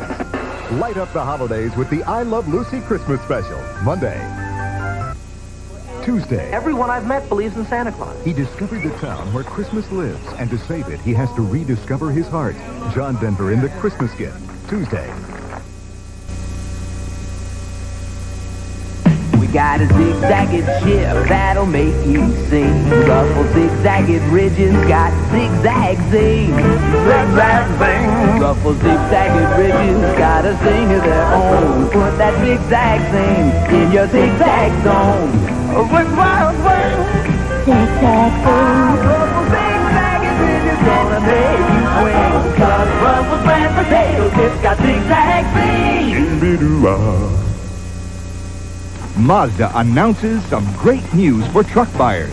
Right now, you can beat the already outstanding value of the $67.95 Mazda SE5. Introducing Mazda SE5 Plus 5. $625 worth of extra features at no extra charge from Mazda. You get a bed liner, mud guards, sliding rear window, floor mats, and AM/FM stereo. That's a $625 value at no extra charge. But hurry, offer ends soon.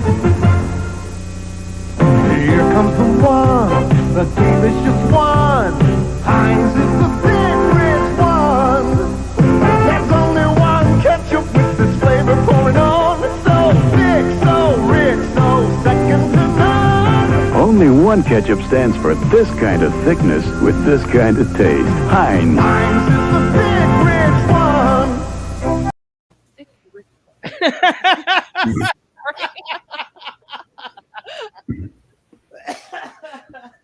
That's what the ladies go Yeah, for. that is. It is. It's good to be thick and, And I don't rich. know. And rich. Yeah, with your $16 million or whatever it is. $4 billion or some shit, right? And a helicopter and a boat. I don't even fucking want a boat. I want a boat. Oh, get a boat and give it to me, please. And if Kobe taught us anything, having a helicopter is overrated. That's true. 100%. And Stevie Ray Vaughan. I told Jared the other day, I was like, having the realization that like there's like literally like tons of places in the world that I'd never be able to see because I'd have to take a tiny plane or a helicopter there is sad. Oh, yeah. Okay, so let me tell you a story about tiny planes. I was flying to Fort Myers, Florida, which is on the southern, but not the coast side. It's on the Gulf side. Mm-hmm. And for a family reunion, this was Zoe's mom when we were still married, family down there.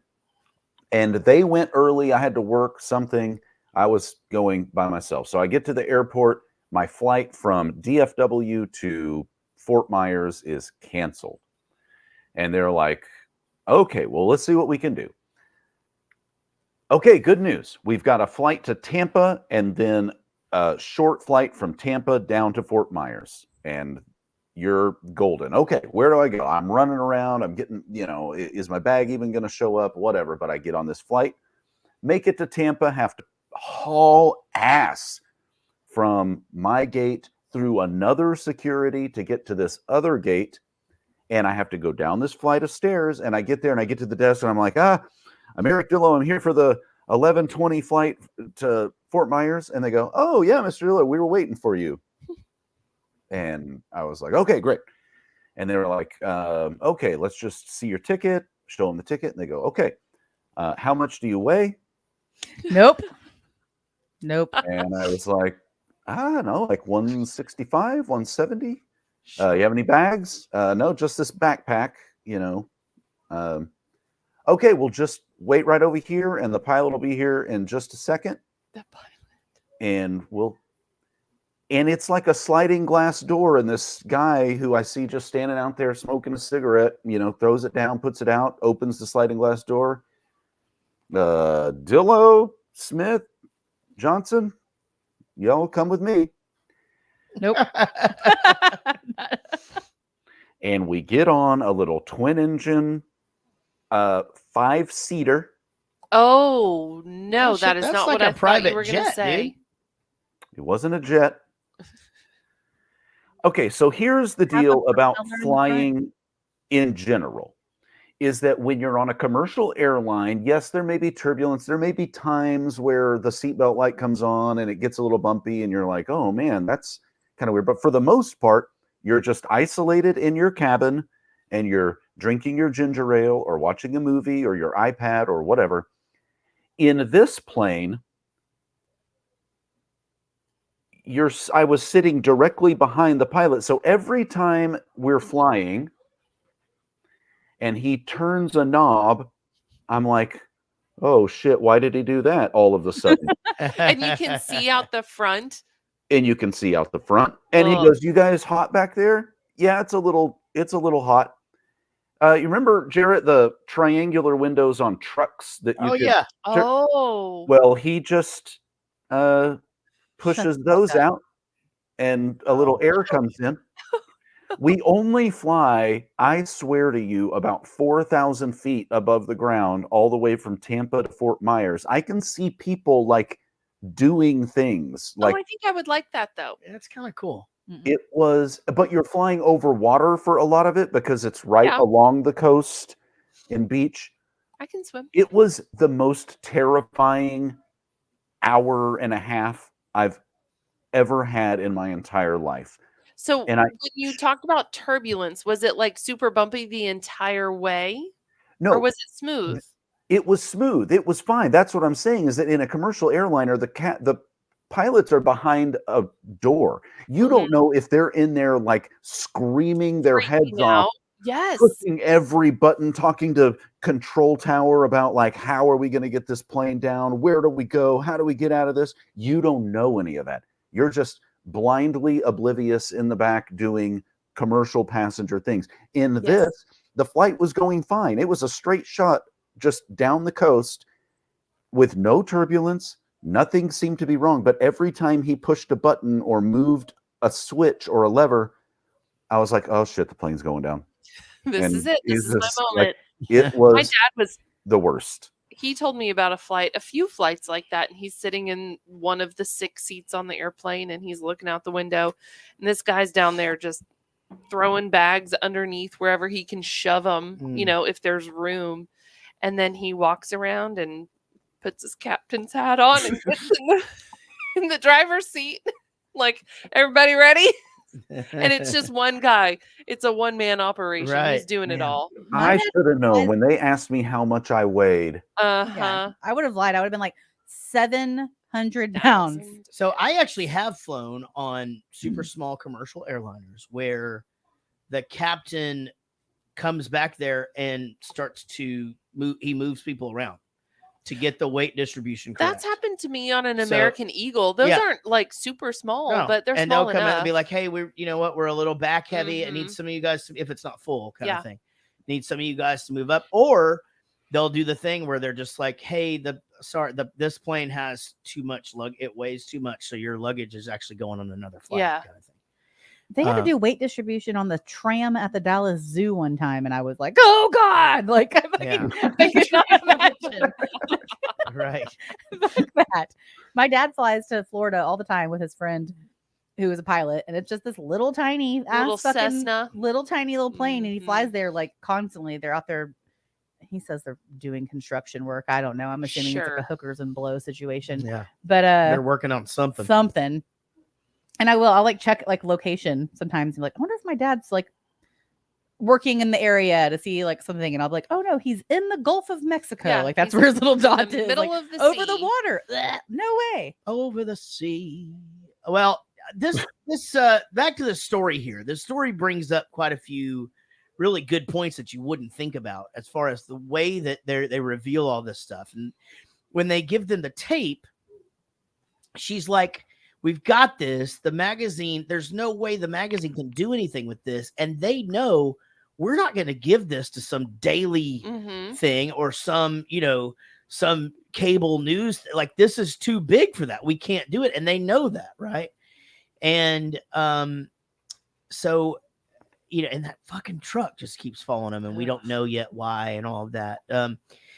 But when she goes into that meeting with the lawyer, he's just like, hey, the machine is turning. It comes 6. Like, it's on. Like, we're gonna he's gonna goddamn die. Yeah, we're gonna do it. And you've been fraternizing with the condemned. Your reputation is at stake. And we don't know if this could have been made by anybody. And you're like, why? Because any other lawyer poking the fire. Any other lawyer, though, that isn't in on this thing that we're gonna find out later is gonna be like, holy shit, stop the execution. Goddamn cowboy is back again. His name's Dusty Wright, guys, and he used to do Constance's job, but he punched a guy. And but I love how he's brought into the story by David and saying, "Oh yeah, you testified at my trial, like against me, because of the alcohol. I think without that, I might have been just given life." Oof, it's pretty that's fucking a big one. cool. Yeah, it's really. I mean, it's pretty neat how they set the shit up, And I think I look back into my high school brain when I first saw this movie, and I think that's why I like it so much, is because at the end I thought, man, that's really smart. Yeah, I mean, a lot went into it, and it doesn't seem. I mean, excuse me, guys, it doesn't seem that far fetched. I mean, in 2022, probably with just as much fucking video as we have, and all of that stuff, but it doesn't seem that crazy to me. But even still, if you look at video and or location services, he was there when it happened. Yeah. And they didn't have cell phones. Right. So you couldn't see where they were and all that shit. Well, all the appeals are denied, and it's time, but she kind of gets this idea of like, wait a minute, why? You threw your towel on the floor. Why would you do that? And see, that wouldn't have worked with Casey. Yeah, you would never do that at home. Like, fucking what? Where else do you keep it? Yeah, where else do you put it? You would never have a pile of dishes in the sink so big that it takes 3 loads in the dishwasher to get it all clean. Never. Would you? Never. No. No. Are you kidding? They're like, so they do that experiment, and that's pretty fucked up, where she's like, oof, I want you to wait the full 3 minutes. And obviously when they're into it, it's been 28 seconds, and you're going, Are they gonna fucking make us watch this for 3 minutes? Like, because I don't You look even at I your don't really watch. know if I want to do that. And so anyway, they've got it figured out. They've got it figured out. Also, when someone does something like that, why don't you just tell someone what you're doing? Right. I hate that when you're like, just do it, and you'll see. Right. No, just tell them what you're doing. Mm, That's stupid. it is stupid. Fucking stupid. She used the gloves to keep her fingerprints off the tape and bag. Then she put them back on the dish rack. But upside down and inside out. A housewife's habit. Now, a murderer would have just tossed them aside, like you do with a towel in a crap motel. Maybe. All right, maybe. But why wear these? Well, they threw me, but she needed them. She knew that she would instinctively try to rip the bag off. And she swallowed the key so she couldn't get to it. She made sure there was no way out. Well, why not hang yourself or take pills? Why take your clothes off? Why make it look like a murder? I don't know. It's so calculated. She's handcuffed, taped to the mouth, the gloves, the damn tripod. Bitsy, why fake your own murder? It doesn't make sense. The woman's a bleeding heart abolitionist. Why frame an innocent man? Why send Gale to the chair for what? Well, she had to know some innocent jerk would take the fall. Oh my God, Zach. That's it. That's why. To prove it happens. To have absolute proof that the system convicts innocents. Get out of here. No. That's how she thought.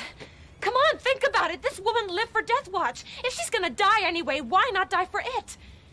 That's why the tripod was here, to record proof. Undeniable proof. That's why we got the video. So a dead woman put the tape in your room? No, of course not. I mean, she needed help. Someone to keep it, release it. Someone dedicated to the cause. Someone she could trust. Here you can hear her accent. Actually, I could hear that. You can hear now that you guys told me. Yeah. Now that you told me that English accent is kind of trying to peek out every once in a while. Wait, well, this fucking guy was on the blacklist. Oh no. The intern. Yeah. I heard that was a good show. He was Ilya Kozlov. No shit. Huh. Didn't even recognize him. Russian. Now the thing is they figure out that the reason why they didn't give them the whole tape is they need the execution to happen. Mhm. Otherwise, people are like, hey, the system works. We didn't kill the guy, right? Eric, I thought of you when they were singing Holy, Holy, Holy, Urgent Almighty.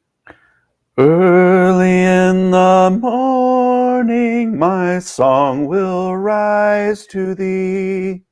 See? Did you think of me?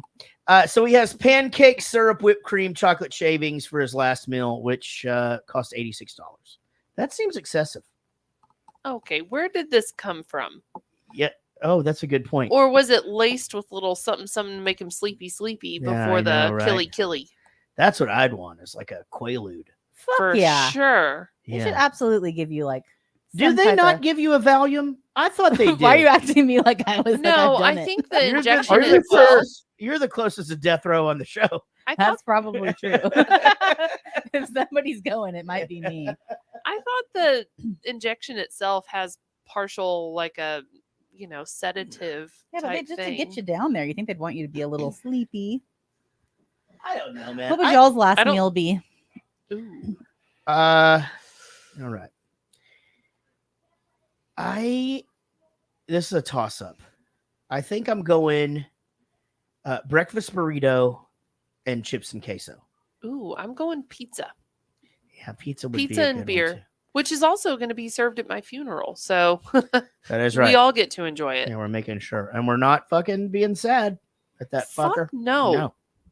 I'm probably going a pot roast, like a Oh, that's good. Little comfort Ooh, food. comfort. 10-hour pot roast, fall off the, Non-bone.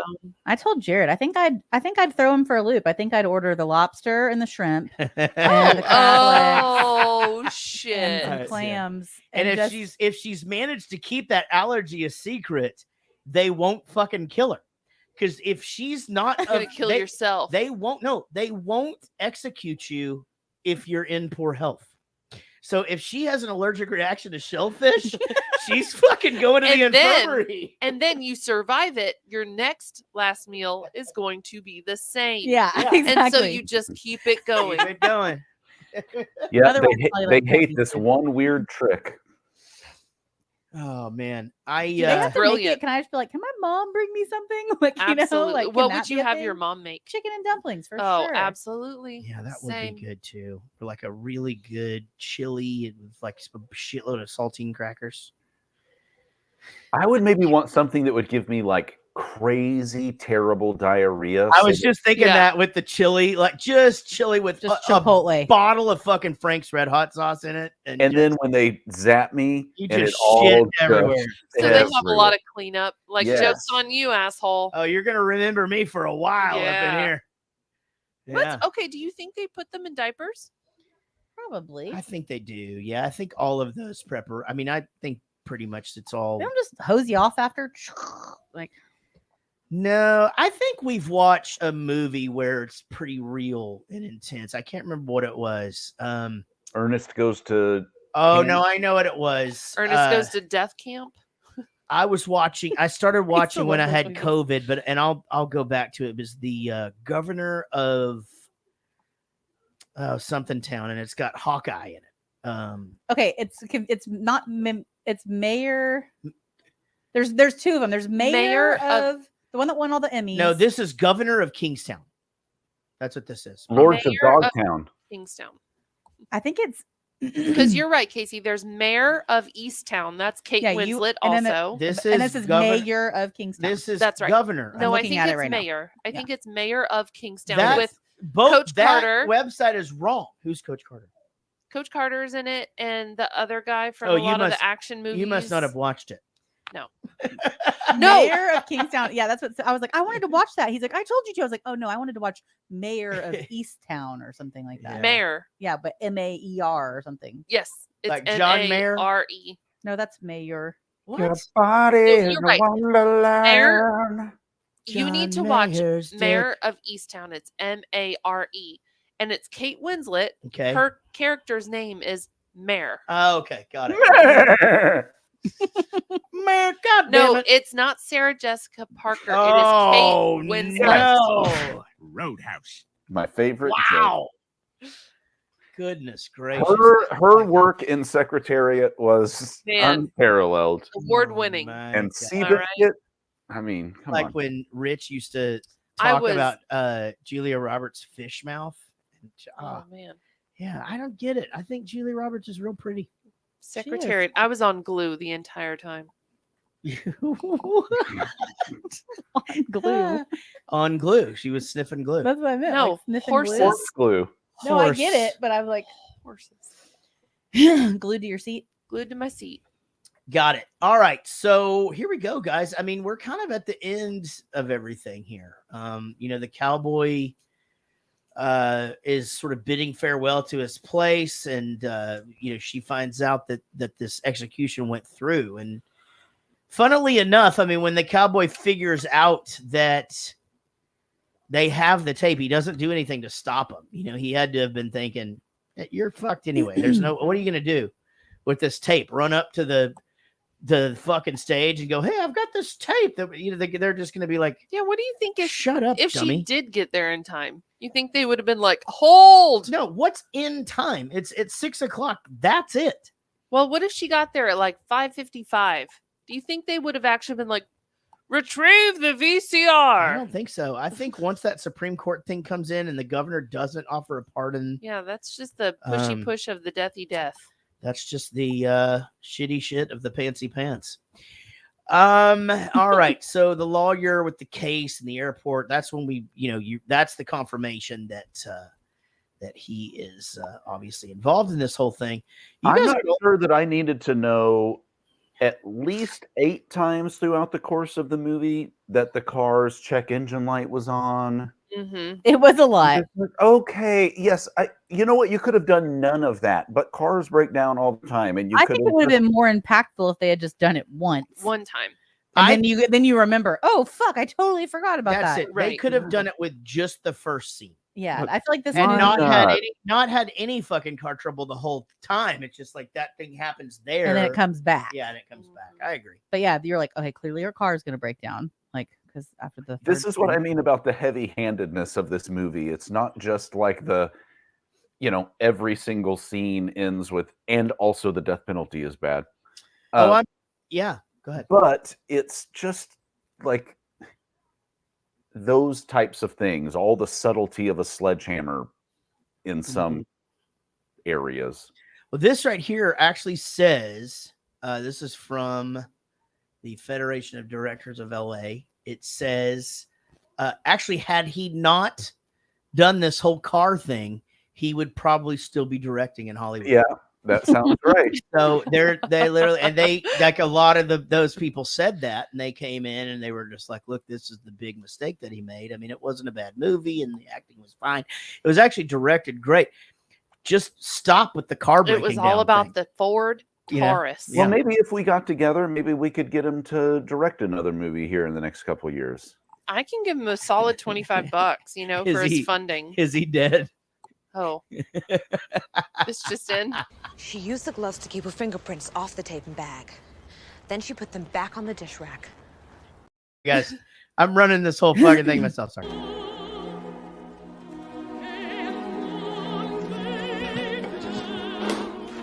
¿Dónde ha venido? ¿Es de David? Sí.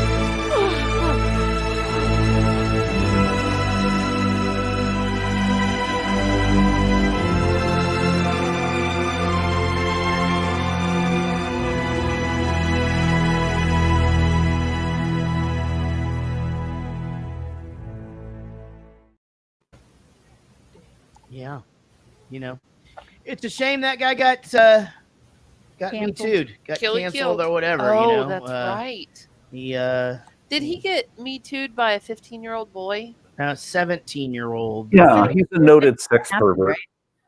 Oh, notice. I don't know any. I don't even know why I answered. I thought it was some 17-year-old on set. I think he was younger than that. I think that he was like 15. He said whenever it started. Yeah. Have we ever looked back into this and tried to figure out what the 15-year-old was wearing at the time? 100%. Well, we could we could talk about that on Napoleon Dynamite. Actually, I think it'd be fitting. I'm not sure about the outfit because that's what I'm trying to figure out. Yeah, he played a lot of rapey underage person characters, and it's just kind of interesting to me. Yeah, I don't know those characters. Well, American Beauty. Okay, did you ever see that movie? Mm-hmm. And then he was in Beyond the Sea, where he played Bobby Darin, who was with Sandra Dee, and she was like a teenage girl. And then here he's supposed to be like a death row rapist. It's kind of interesting. I don't know. Well, Eric, so honestly, I thought when this podcast started, you were going to tell me that you did not like this movie, but it seems like maybe you did. Yeah, there was. I mean, I don't understand. I certainly don't understand the vitriol of Ebert. Just basically trashing this, giving it 0 out of 5 stars. Like that's. I don't know. That's just trying to promote your own self, I think, and just have this weird hot opinion that nobody else shares. But apparently people do share it. This 19% on Rotten Tomatoes is crazy to me, because you can think a movie's not the best movie you ever saw, but I mean, as long as you were even slightly entertained, it seems like that should be on the thumbs up side and not the thumbs down side. I just find it hard to believe that 81% of the people who saw this and reviewed it, just found nothing worthwhile on this film. Again, it's not great. It's problematic in some parts. Just from a story, the story is fine. Just the execution, again, I know we get it, but just the way that they brought that story to the screen was a little heavy-handed. But my God, if that's enough to make you not ever want to watch a movie again, you're probably not going to like any movie ever. Yeah. Sure. Yeah. I mean, I agree. Of course, as I look back on movies that I've seen over the course of my life, it's hard for me to even think of one where I wouldn't be. Yeah, I liked it more than I didn't like it. I mean, again, as you say, somewhat entertained. I just don't know I'm interested to know what was pointed out as being the problem here. That's the problem with those thumbs up, thumbs down. There's no reasoning behind it. Sometimes people, I think, can leave the reason why. Oh, well, and I wonder if somebody sees, oh, so and so was canceled, or so and so was accused of something. If they just go through, oh, he was in this, thumbs down, thumbs down. I don't. And drama time waster, like an intellect far superior to mind to explain the rationale. Let me see. There's a lot of them. One of the most offensively cheap and concocted twist endings of all time. Was it? Do you want me to read the full Ebert review of the life of David Gale? Sure, why not? I'm interested. Yeah. It's long as fuck. I'm just to tell you that right now. I mean, what's long as fuck? Besides my dick. Like 7 paragraphs. Oh, okay, that's fine. Go ahead. We have time. Dude, it's 10:22. Fucking flew through this thing. I kept yawning. Sean will just cut this out anyway. As I read this, though, if you want to interject, just interrupt me. You don't have to wait for me to finish the whole goddamn thing before we. You don't have to tell me that. Same. Okay, can you please just let me finish? Can I finish? Not gonna talk to me like that in my bar. All right. The Life of David Gale tells the story of a famous opponent of capital punishment who, in what he must find an absurdly ironic development, finds himself on death row in Texas, charged with the murder of a woman who was also opposed to capital punishment. This is a plot, if there ever was one, to illustrate King Lear's complaint, as flies to wanton boys are we to the gods, they kill us for their sport. I am aware this is the second time in 2 weeks I have been compelled to quote Lear, but there are times when Eminem simply will not do. My God. What? Okay. Suck a dick. Oh, to think this highly of your own opinion to write in this style is crazy. All right. David Gale is understandably bitter man, played by Kevin Spacey, who protests his innocence to a reporter named Bitsy Bloom, Kate Winslet, whom he has summoned to Texas for that purpose. He claims that he has been framed by right-wing supporters of capital punishment because his death would provide such poetic irony in support of the noose, the gas, or the chair. Far from killing Constance Haraway, he says he had every reason not to, and he explains to Bitsy in flashbacks that make up about half of the story. What?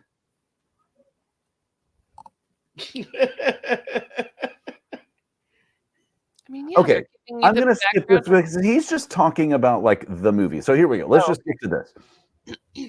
The acting in the life of David Gale is splendidly done, but serves a meretricious cause.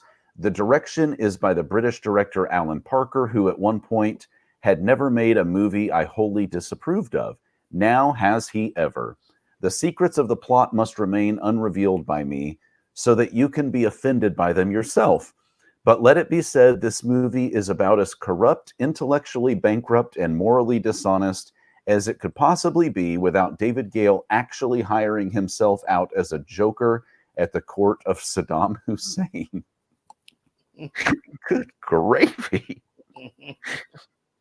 I'm sure the filmmakers believe their film is against the death penalty. I believe it supports it and hopes to discredit the opponents of the penalty as unprincipled fraudsters.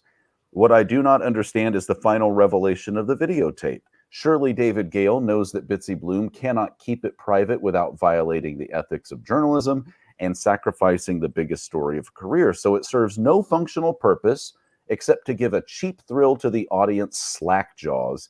It is shameful. Okay. Yeah. I'm just trying to make sure that there's... So the final video is not for everyone else. It is so she can sleep at night. Yeah, I agree with you. That's what I thought. It said this is the key to your... So he's stupid And and it said doesn't off understand the record the movie. on So fuck the off. VHS. Wait, is he the one that's dead, or are they both dead? I think they're both dead now. Cool, great, they got it. But my God, I guess I've never read his writing. I mean, it's Me either. kind of funny in a way, like the insults are well constructed, but Yeah, that part is funny, but I also think he's just trying to make it something that it's not. yeah. I feel like he has a personal thing against somebody here. But Amy, here's your quote. Spacey and Parker are honorable men. Oh, that didn't age well. Oh boy. Why did they go to Texas and make this silly movie? The last shot made me want to throw something at the screen. Maybe Spacey and Parker. That was it. I don't see that it was that bad. I know that it's not great, but I Yeah. don't think it's that bad. Me either. I don't know.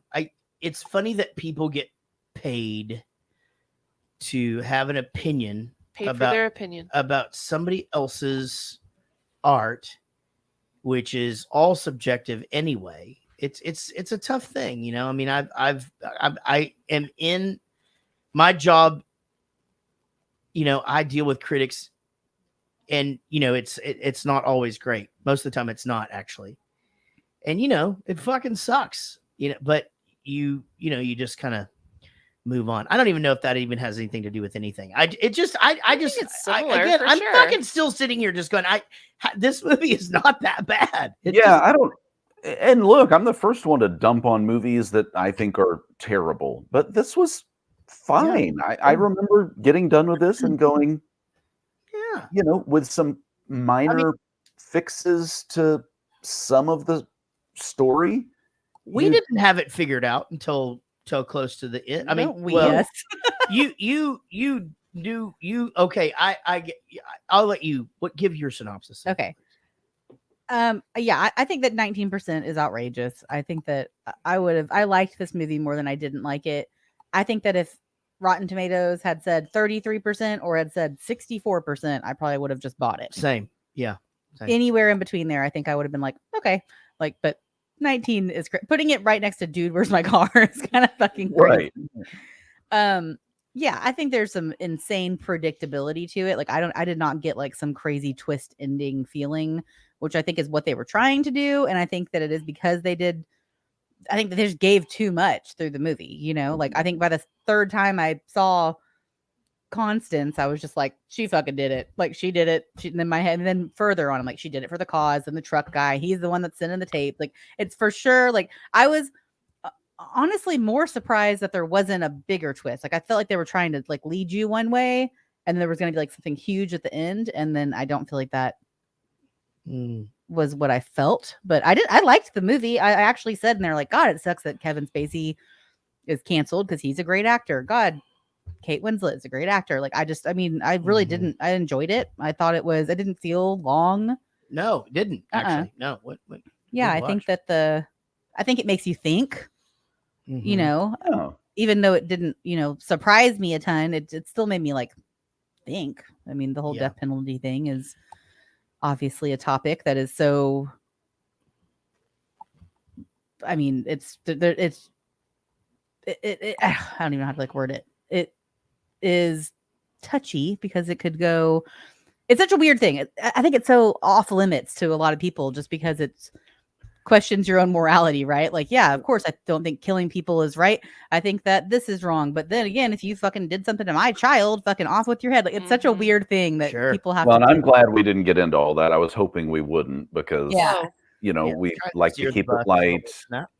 But you're right. I mean, it's the constant struggle between like humans' desire for revenge. 100%. And I can't struggle. I can't say that I'm not guilty of that's true.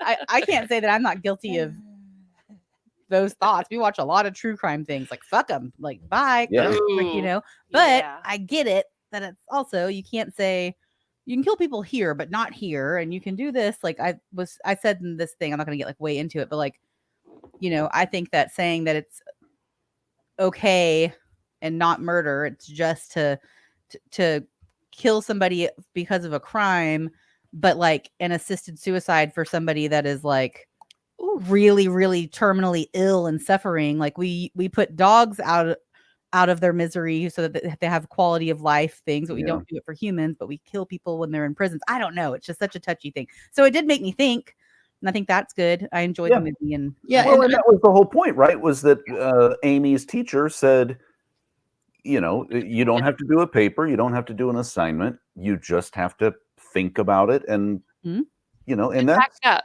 Yeah, and that's great. I mean, for this movie to do that for a high schooler at the time, for Casey, who's, you know, in her 20s, for us, who's in our 40s, you know, I needed that today. You know, and the other thing is that I think one of the aspects of the argument that was brought forth in this movie is that, you know, it obviously the death penalty is being used as a deterrent, and it's not working as a deterrent. People are still going out there and they're still doing the crimes. And so I think a big part of what everyone is saying is like, why are we keeping some criminals alive and we're killing other ones? And, you know, that's the thing. But you know what? That's a conversation for another time, because that is not our job here. Nope. This was a good pick. Glad you picked it. Thanks. Definitely thought-provoking and good movie, and a fun conversation. Eric, how can people connect with us? I am so glad that you asked. On our website, JarrettGoesToTheMovies.com. On Facebook, you can go to Jarrett Goes to the Movies, and while you're there, okay, all right. check out the Jarrett Goes to the Movies fan page as well. On YouTube and Twitch, Jarrett Goes to the Movies. This is where we would ask that you subscribe and turn on notifications so you'll know when we go live with another stream. On Instagram and Twitter at Jarrett Movies. On Patreon, that is patreon.com/Jarrett Goes to the Movies. On email, JarrettGoesToTheMovies@gmail.com. And you can text us or leave us a voicemail, 714-451-6029. That's 714-451-6029. Don't forget to join us next week when we well, nope, we're not doing that. Don't forget to join us next week when we discuss the film Whatever Is Next, but it's not Tropic Thunder. It is Napoleon Dynamite. Ooh. Napoleon Dynamite. Don't forget to join us next week when we discuss the film Napoleon Dynamite. Thanks, you guys. This has been a fun one. This is probably going to be an easy edit for Sean because we're like an hour less than we usually do. And I'm going to be honest. After going to copy and paste. After that 25th yawn or whatever, I'm just like, fuck it. You know, I don't know. You know, they're just not. This is a story. It's not a lot to talk about unless you get into a bunch of shit that it's not really this show's responsibility. It's either this long or it's 5 hours long while we get into all the intricacies 100%. of Agree. Everything that happened. Absolutely. And you know what? We'll save that conversation for another time. Guys, this has been super fun. Hope you're all staying safe and healthy out there. Guys, please be kind to one another. And we will see you guys, everybody, down the road.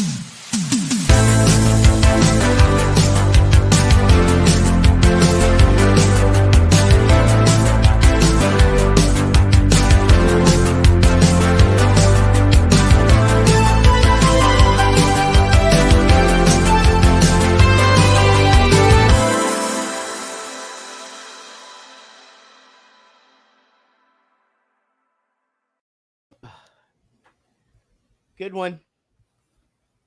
You gonna watch football this weekend? Can he not hear me? Oh, I didn't know you were talking to me. Of course I'm going to watch football this weekend. The fucking Cowboys are playing, dude. Yep. Well, we'll be watching on Sunday. So good luck to you. Where you be watching from?